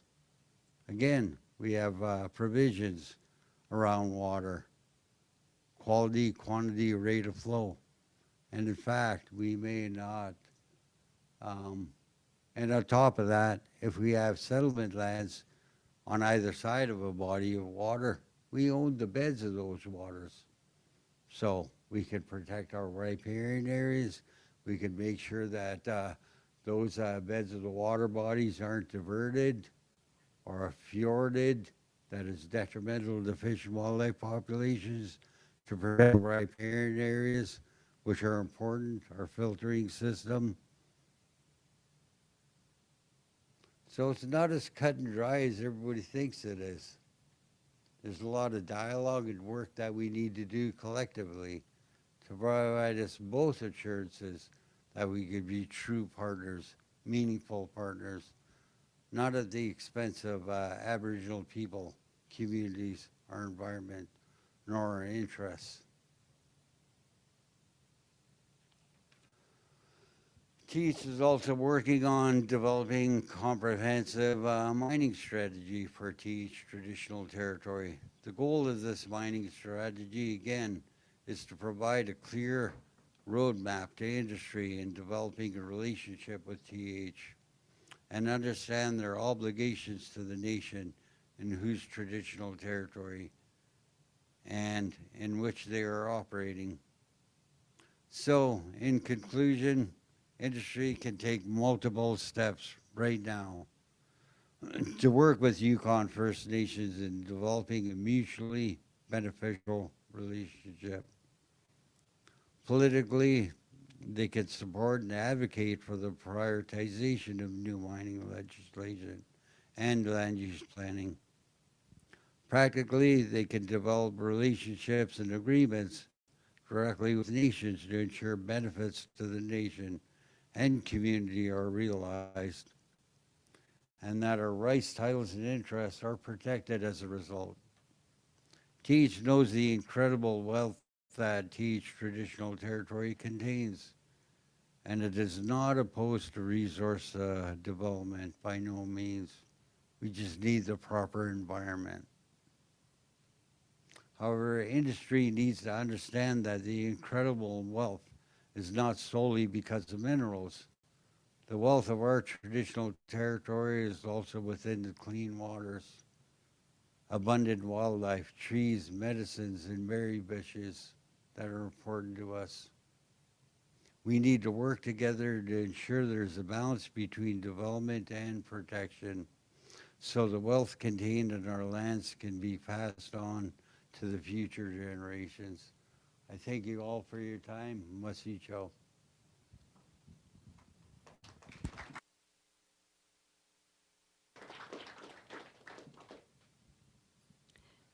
Thank you. Thank you, Hähkè. For the First Nation of Na-Cho Nyäk's vision, because no First Nation talks for the other First Nation, you really need to come and talk to each individual. There's no organization, there's no overarching anybody who talks for each First Nation. You must come to us directly. For the First Nation of Na-Cho Nyäk's vision, we want to see respect for the First Nation values, rights, and our way of living. It must be consistent with sustainable development, meaningful benefits to our nation, holistic reclamation and ecological restoration, for which we haven't seen any good examples to date. And it must align with our final agreement. New legislation can't be just fixing up what public government thinks is broken in the centuries-old legislation, because that legislation was never, it never even considered First Nations rights at all. It needs to be scrapped, started over from start, built on our final agreement. So trust rebuilt through actions. Many mining operators throughout our traditional territory strive for responsibility and sustainability in their work, and we see that when we talk to them. Just like the agreement we have with Snowline, sorry. They're willing to work with us. However, the Eagle Gold had eroded that trust, and we're going to have to restart to build that relationship up again, because, to be completely honest, Eagle was a shining star for them at the time. They checked all the check boxes. They came, they did all the community work. They bought a house in Mayo. His daughter went to school in Mayo. All through the process, the YESA process, the building of the mine. But once that mine was in operation, we never saw him again. He sold his house. He never came back, even though our elders requested him to, again and again and again, because of the relationships that they felt they had built with him. They were very, very, and still today feel very betrayed about that. So while YG showcases that they checked all the boxes, they were shining stars in their community engagements, They were not. They were not. They betrayed my First Nation. They hurt them, and it costs industry. And it costs the good proponents too, because it's going to take you extra work now. And really that's what our MOU is about too, to try to help restore those, to try to build those relationships so that we can do it together. Find the best aspects, find the best ways forward together for our environment in our area. We need that. We need better ways forward in partnership right from the start. Hähkè mentions reconciliation and what it takes for that. And it made me think of a quote that I heard them say this morning in the gathering place. She said, "You can never get rid of the darkness if you don't bring it to the light."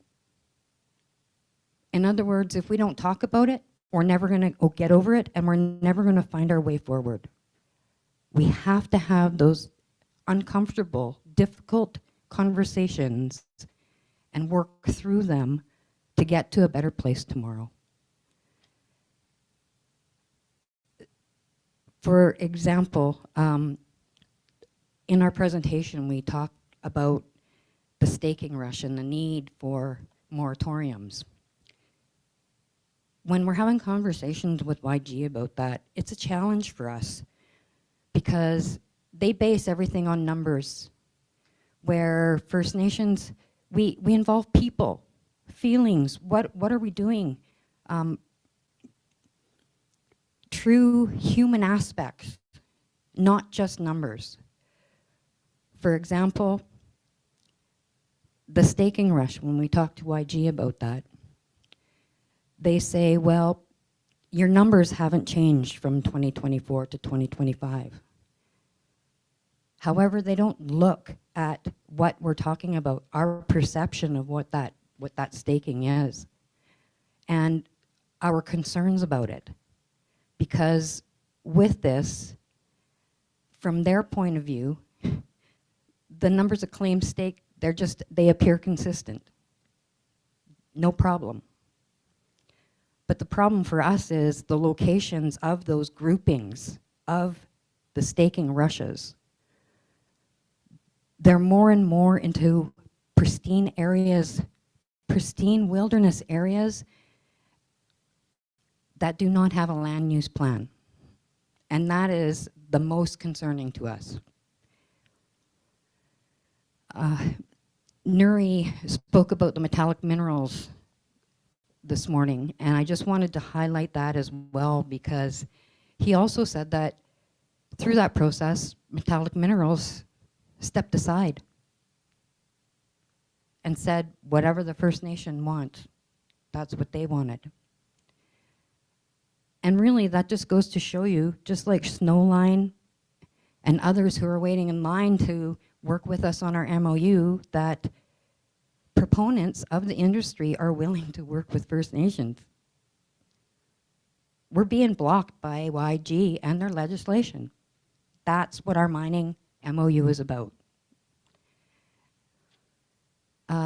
Yukon First Nation final agreements are the tool for co-managing the treaty rights within our traditional territories, period.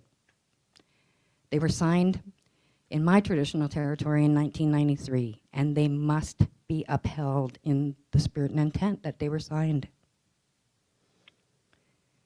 And while NND is consistently presented or perceived as the bad guy or the villain, as you've heard today and over yesterday,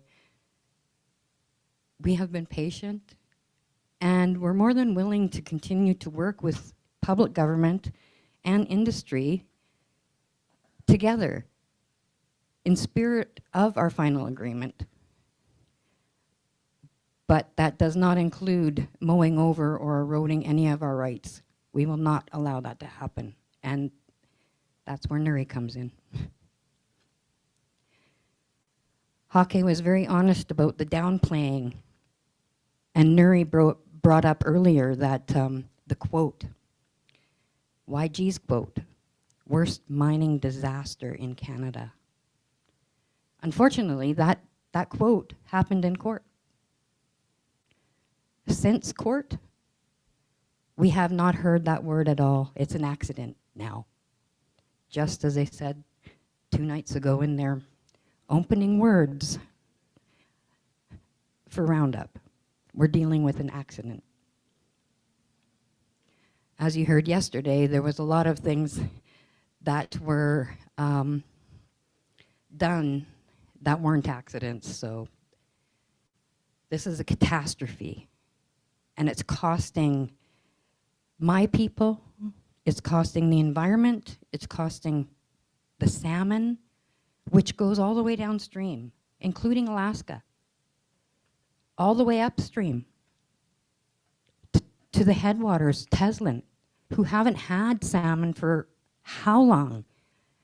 And with impacts like this, cumulative impacts like this, you're never going to see salmon, ever, if we don't stop this now. I'm worried Hähkè is never going to see salmon soon. And they're at the bottom of the line going into Alaska. That is not acceptable. Fast tracking is also a concern to us because of all that.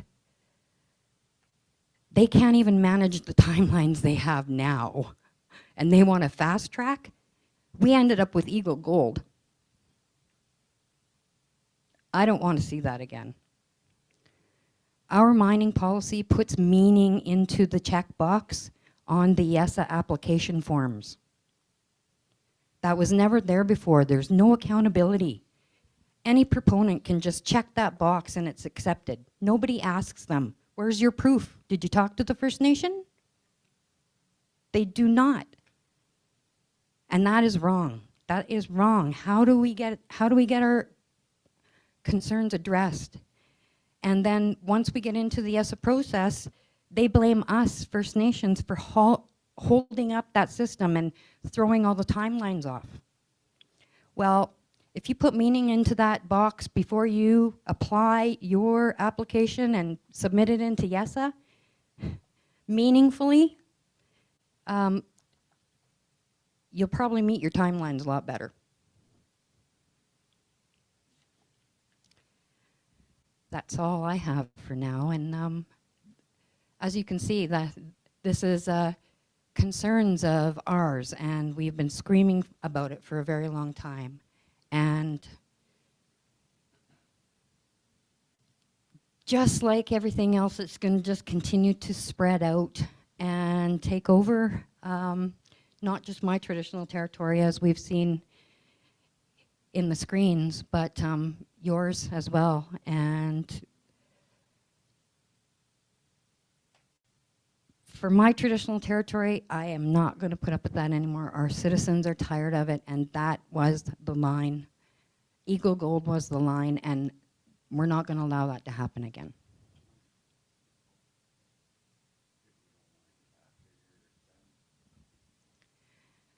So thank you for listening. And holding us up in the true,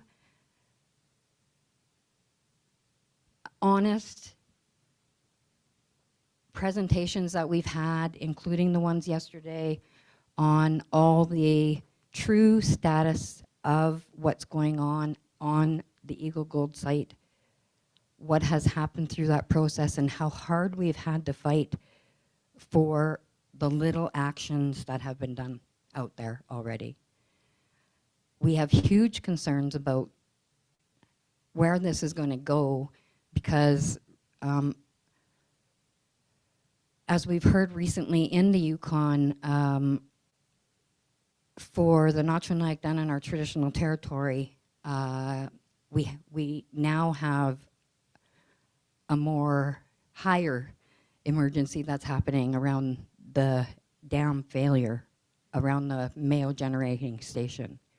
And that has now jumped up to a number 1, for which Yukon government has recognized they're going to have to put money towards. And they've already said that their pockets are very slim. So we're very concerned, where is this going to leave Eagle and the future of that? And just taking into consideration, even if you look at Faro, it spread for a long time before it's going to continue to spread. Care and maintenance is not fixing the problem. It's just continuing to allow it to happen. And that's just like a business as usual. And business as usual is not going to happen in our traditional territory anymore. And we're going to insist on that. We need these partnerships to make sure that we steward the lands together in the best efforts and the best ways possible, not just best practices. So thank you for listening, and I'll pass it to Hähkè. Merci.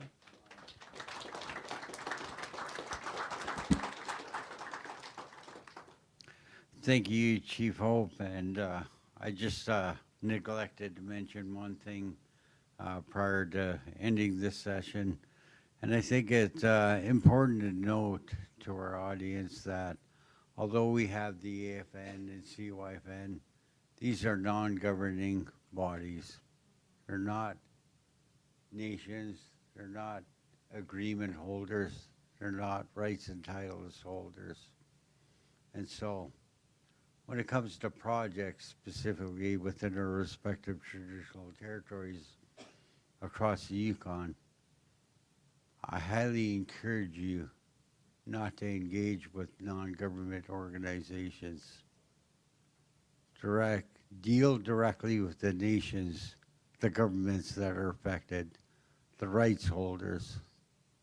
Although we have these tables, they're issues for common interest to influence changes at a national level and to advance priorities that are common amongst us, but they are not a government. And half of the time, our participation, or at least each, is to be a watchdog, to ensure that they're not attending meetings and functions and undermining what we need to get done at a government-to-government level to establish a government-to-government relationship. And in fact, as such, we've established our own table amongst the northern chiefs. Chief Ross from the Tr'ondëk Hwëch'in First Nation, Chief Hope from NND, and ourselves to deal with issues that are common to us so we could strategize and advance them. We're not going to wait for any non-government organization. These are specific priorities that are unique to our northern communities, and as such, we have our own accord. And, you know, there's probably others. There's the Southern Shoshone, you know, Northern Shoshone, which Chief Hope is still part of. And we got to recognize that. There are nation-to-nation tables that are already existing, specific to relationships, shared environments, and common issues and interests that cannot be discussed with no non-government organization or body as such. So just add a little more context in regards to the structures that we established here in the Yukon Territory. And for me, you know, I'll always assist my brothers and sisters in any way that I can. I think and I hope that I have a good working relationship with all nations in the territory, whether they're self-governing or not. And I'll continue to do that. share my expertise, my documentation, my briefings, so that they can have strong protected environments and ensure that they reap the benefits of any opportunity that may come their way. So, thanks again.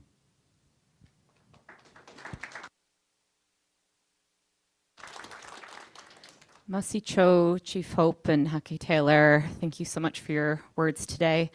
We're going to enter into the Q&A part of this. We want to start with the room to let folks online add their comments to the chat. So if we have any questions, I see in the back there. If you just want to state your name and organization you're from as well, too. Hello, Katrin with CBC. So you mentioned in the talk we've been listening to the staking rush that's taken place since the land use planning process began. Since you issued the moratorium, we've heard that more than 500 claims have been made on Na-Cho traditional territory. What will legally happen with those claims?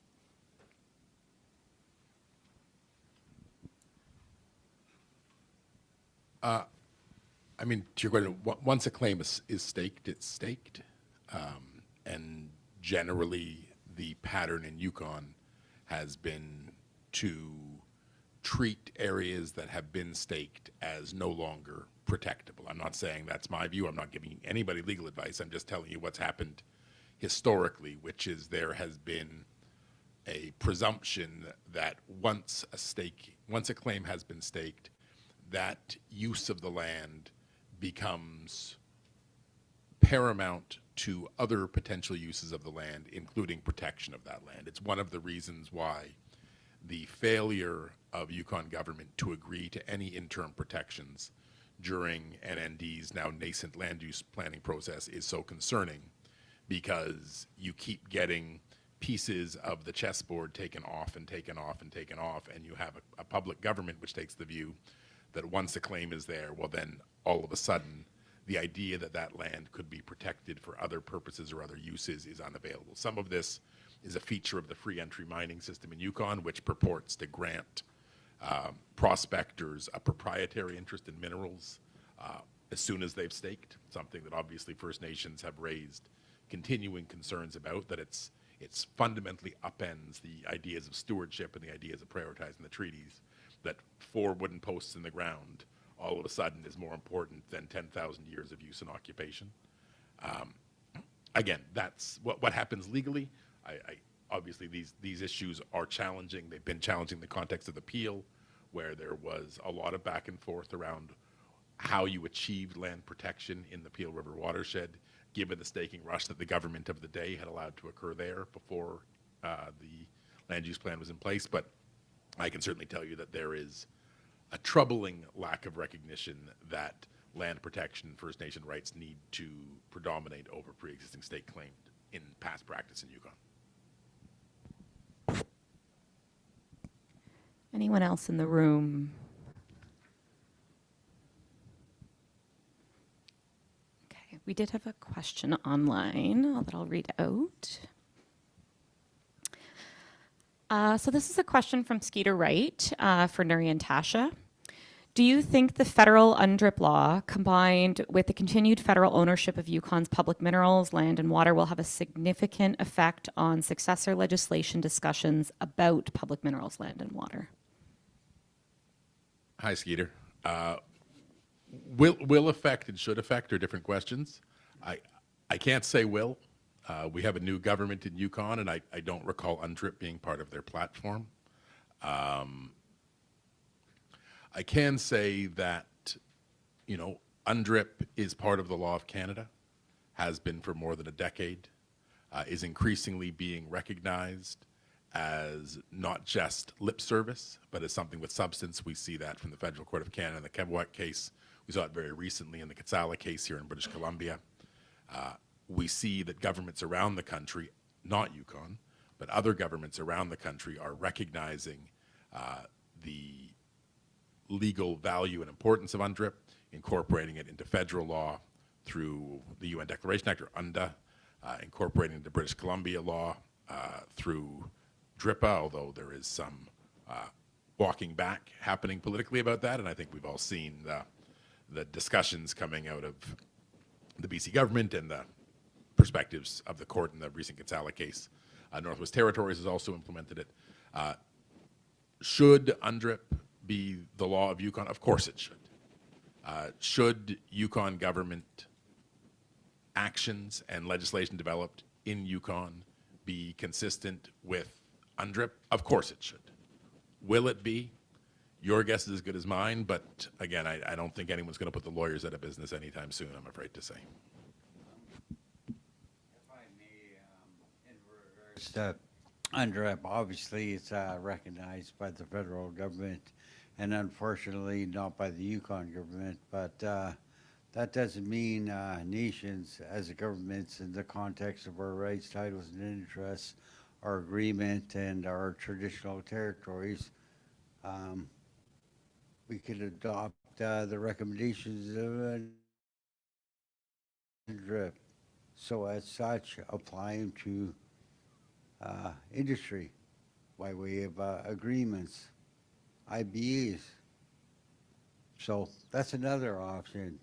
We're not a third-party stakeholder in this game. We're a government.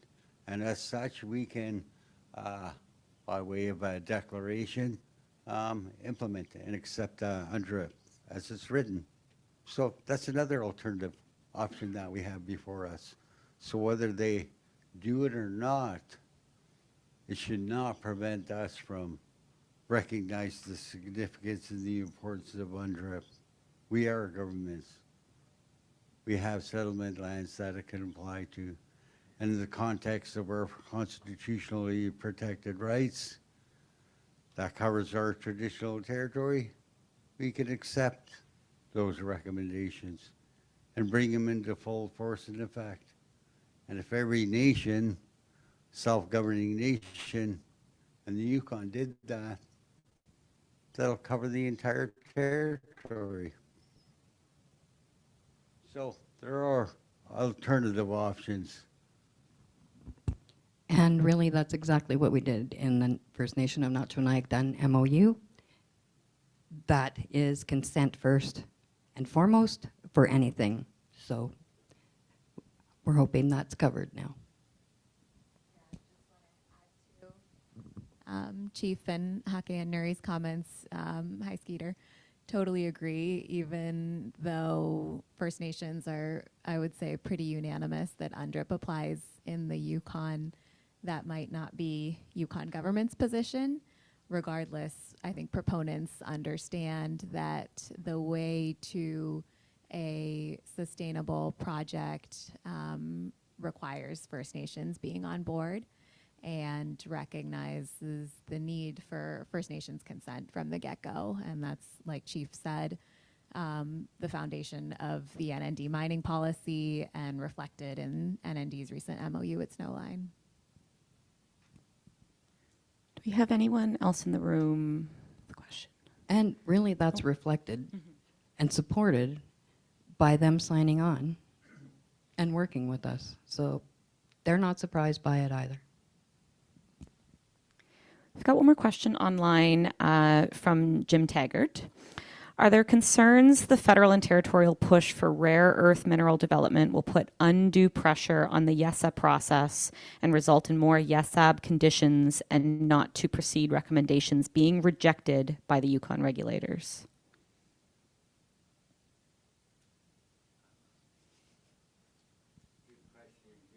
I'm glad that you're online. And yeah, this is an ongoing issue, obviously. I mean, there's always going to be demand for minerals, critical minerals or otherwise. It still doesn't negate from the fact that our agreements exist, our rights, titles, and interests exist. We are governments. And so, you know, in the context of critical minerals and the green energy transition and everything else that's going on around us, you know, really they're looking at us to save everybody, because we have an abundance of these minerals and resources. But at the same time, it just goes to show you how governments and other jurisdictions failed people and their environments by depleting resources. And now that pressure is on our shoulders as a result to bail everybody out. And I think that's important to note on how we mismanage this earth and how we abuse it for profit. And all it does is boil down to profits. It's an economic shift. It's a different way of flowing money. I mean, how farther do we need to advance and say enough is enough? It's too detrimental to our planet, to our health, our well-being as humans. If we continue on this path, this planet isn't going to be livable. We can only advance so far. Our planet can only give us so much. And so, in that context, the rational person would say, we don't need any more technology. We don't need to advance anymore. When are we going to coexist and enjoy our time here on Earth and actually live and be happy? So, in that context, it's just about greed and profit. I'm not convinced that this transition to all electric is going to save us. The amount of energy and diesel that's going to be burned to get these metals out of the earth and the pollution it's going to cause in itself, stripping our trees, our wetlands, our permafrost, everything that sucks up carbon and cleans our air are going to be non-existent. And in fact, I'm not convinced that we're doing anything to save the planet. And in fact, we may be going backwards over time. We're at a tipping point when it comes to the health of our environment, our earth, and our people. Collectively, not just Aboriginal people, all people. So we really got to give that some thought. Are we really saving the planet, or are we just destroying the planet? Giving everybody the false impression that we're doing good things. And the amount of energy that it takes to build these solar panels, windmills, and batteries is 20 times more than the conventional processes that we're doing in the context of oil to meet energy demands. Oil isn't as scarce as people think it is. They say it's scarce because that increases the value. Again, supply and demand. And not only that, we can't even recycle these things. And in fact, a lot of these outdated batteries, solar panels, windmills are sitting in landfills, or they're being buried. They're not being recycled. So that's the other part of the equation that nobody looks at. We're polluting our lands. At the same time, we're saying we're saving it. So, I mean, I look at both sides of the coin. I don't look at just one aspect and what I hear each and every day by politicians and industry. People got to be informed, do their own research, and really, truly understand what are the long-term implications of what we're doing today, and what are they going to be the long-term implications on all of us as a people, our environment. you know, these solar farms, they destroy soils, they destroy farmlands, it changes the soil composition, all these things. Less land available in the context of food security. Now we're printing meat and grinding up bones and other things and don't have to, you know, label it as real meat. Everything we're eating is a substitute with chemicals and preservatives. We're killing each other. And that's the discussion we need to have, other than we're saving the planet. We're holy, we're mighty, we care. One more question from Skeeter. Another question for Nuri and Tasha. Does the federal critical mineral strategy enable changes to the YESA process without any amendments? I actually don't know off the top of my head, Skeeter. I'd have to check.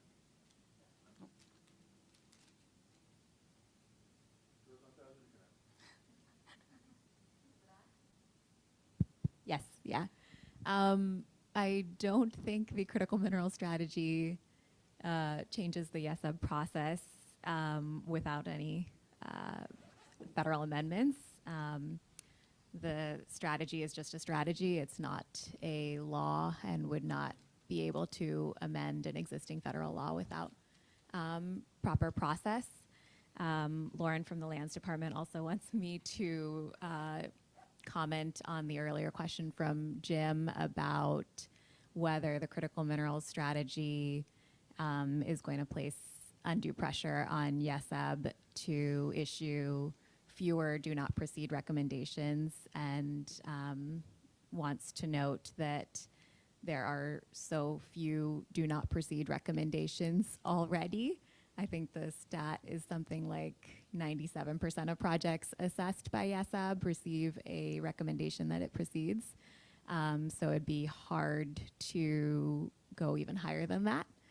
But I do think that that context of the critical mineral strategy and the push for critical minerals really underscores the points that Chief Hope and Hähkè Taylor and other First Nations have been making, which is that the assessment and permitting processes will proceed much more quickly and in a much more efficient way when First Nations are engaged from the get-go, and when there is a consent-based approach to engagement which meets First Nations where they are and recognizes the need to respect their rights, respect their ways of living, and respect their interests in working in partnership on projects that meet their needs and interests.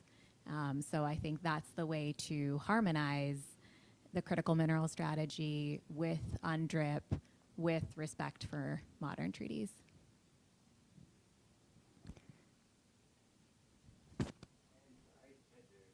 You, and I've been hearing it at the Prime Minister level, and that's why I mentioned his other speeches that others may not be aware of. And theoretically, I agree with you, but from what I'm seeing and what I'm experiencing, I'd have to disagree, particularly with the regulatory amendments that just occurred in the context of fast-tracking permits that are about to expire. There's no consultation with Yukon First Nations. The Yukon government took it upon themselves for the benefit of industry to make the regulatory amendments to the Waters Act, the Placer and the Courts Act to fast-track these authorizations. So basically, they allowed industry to continue their operations without the appropriate authorizations. And I'm also hearing that some governments want to open up YESA for amendments. Don't know what those amendments entail or what the intent of opening it up is, or what it's specifically going to address. So that's worrisome for me. And I think given that we displaced DAP back in the day, the development assessment process, and we were co-drafters of these environmental assessment processes to make sure we had a say when it came to projects to mitigate our concerns, to ensure we protect our agreements, our rights, titles, and interests. That was the whole intent of that new legislation. Made in the Yukon was the terminology back in the day. And in fact, after we'd done that work, I was part of the delegation that presented that work in Ottawa for its official passage. And we also have 10-year reviews that are scheduled that aren't to be taken into consideration. So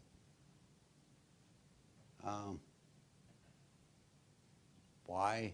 I don't know. Why it needs to be amended now. That could be part of the fast tracking process or whatever the case may be. But I sure hope if that's government's plan, I highly encourage you to explain the reason and rationale and the urgency to make these amendments with us prior to the 10-year review. If not, wait until the 10-year review comes.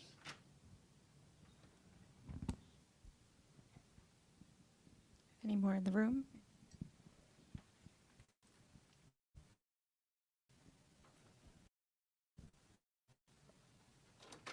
Yeah, I am. My life's full of disasters, and I've always made a lot of money on them. So that may be the wrong thing to say right now, but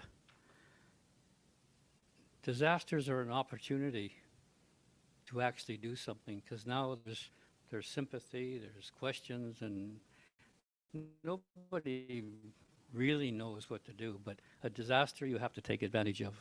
I mean, it's all alive right now. Everybody knows about it.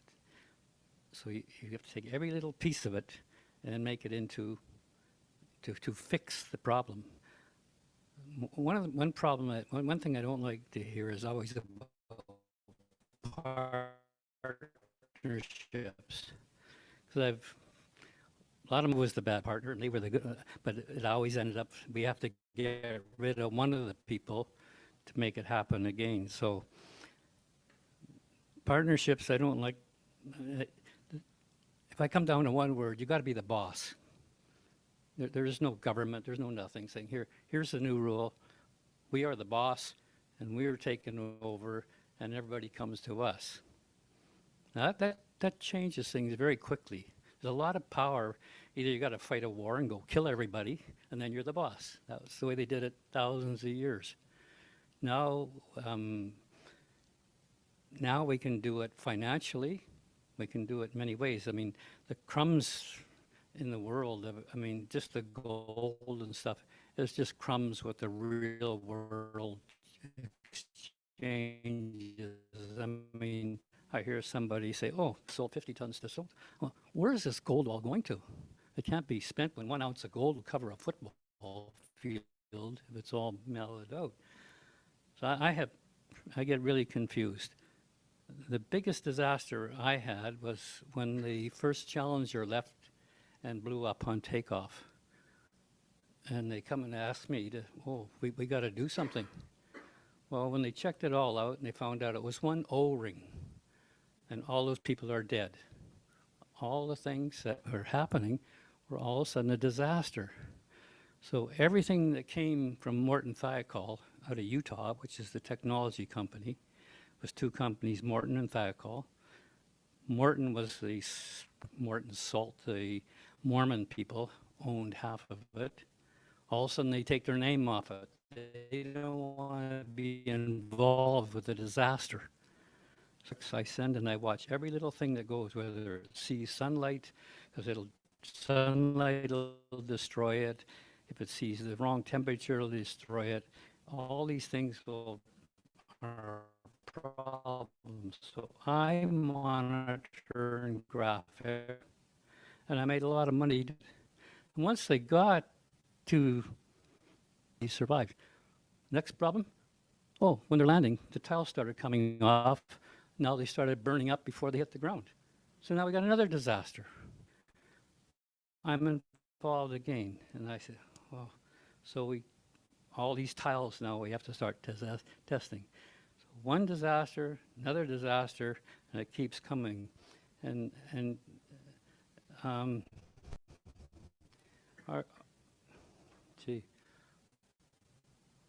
our Grand Chief for many years,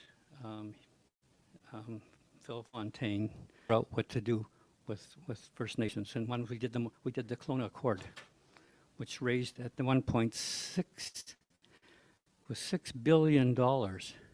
In the end, we ended up, it all gets changed because the government changed. So the government. Do you have a question to ask for the yeah, panel? Okay, yeah. brilliant. Yeah, we're just want to make sure other people get the mic. I'm a little slow because I'm wonderful. Yeah, I've been on this planet in my 82nd year, so I got to really think about everything I say without getting into trouble. Absolutely. So when Fontaine, we worked at the Kelowna Accord was going to be the key to take over and say we're the boss. Then we could do it, but they changed the government. How can you win when there's always a new leader that changes the rules every time? So you can do all you want, but you've got to take this disaster and make sure that you're the boss. How we do that? It's just a matter of being the boss and saying, now everything has to come through. And when I come to your disaster here, I know it's about commissioning the project. And if you don't look at the drawings, the specifications, and how everything's not checking the box, actually the technical data that comes into it. So I'm saying you've got a partners that work for you, answer to you, boss. I don't have all the answers how to do that, but I know I've been working on it for a lot of years, and that's my question is to you. How do you do that? Na-Cho. Actually, there was a really good analogy that Scott brought up yesterday that really made sense. You come from a very high-risk industry. Everybody knows that. High risk. So is flying, getting in an airplane, who have disasters all the time as well. But they also carry a little black box. And every crash is investigated. Every crash. The black box is investigated, and improvements are made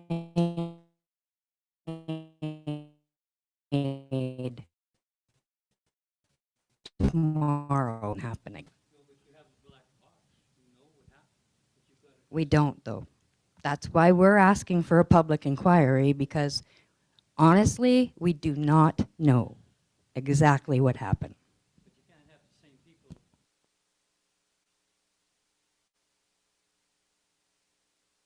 That's the problem. That's why we need a public inquiry.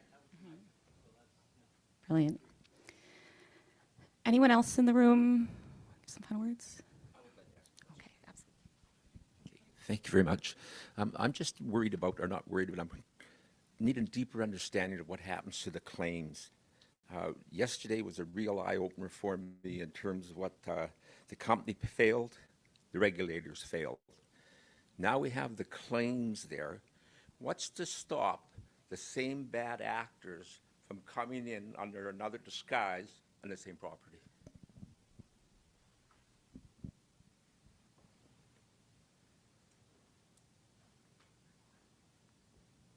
We talk about that all the time, and it is a challenge. We all know that the industry is small, and the resources are small, and it's shared, and they're all tied together. And learning that is a challenge. It's something that the industry themselves, through our relationship building, is going to have to help us through. For instance, even in the signing of the MOU with Snowline, they signed not only as Snowline, but all the companies their names are under, because they're willing to work with us that way. So that's how it's going to have to happen, is through those difficult conversations to make sure that they're put up front. Conflict of interests are aligned, you know, they're addressed right away, they're identified and set aside. Those people need to get set aside.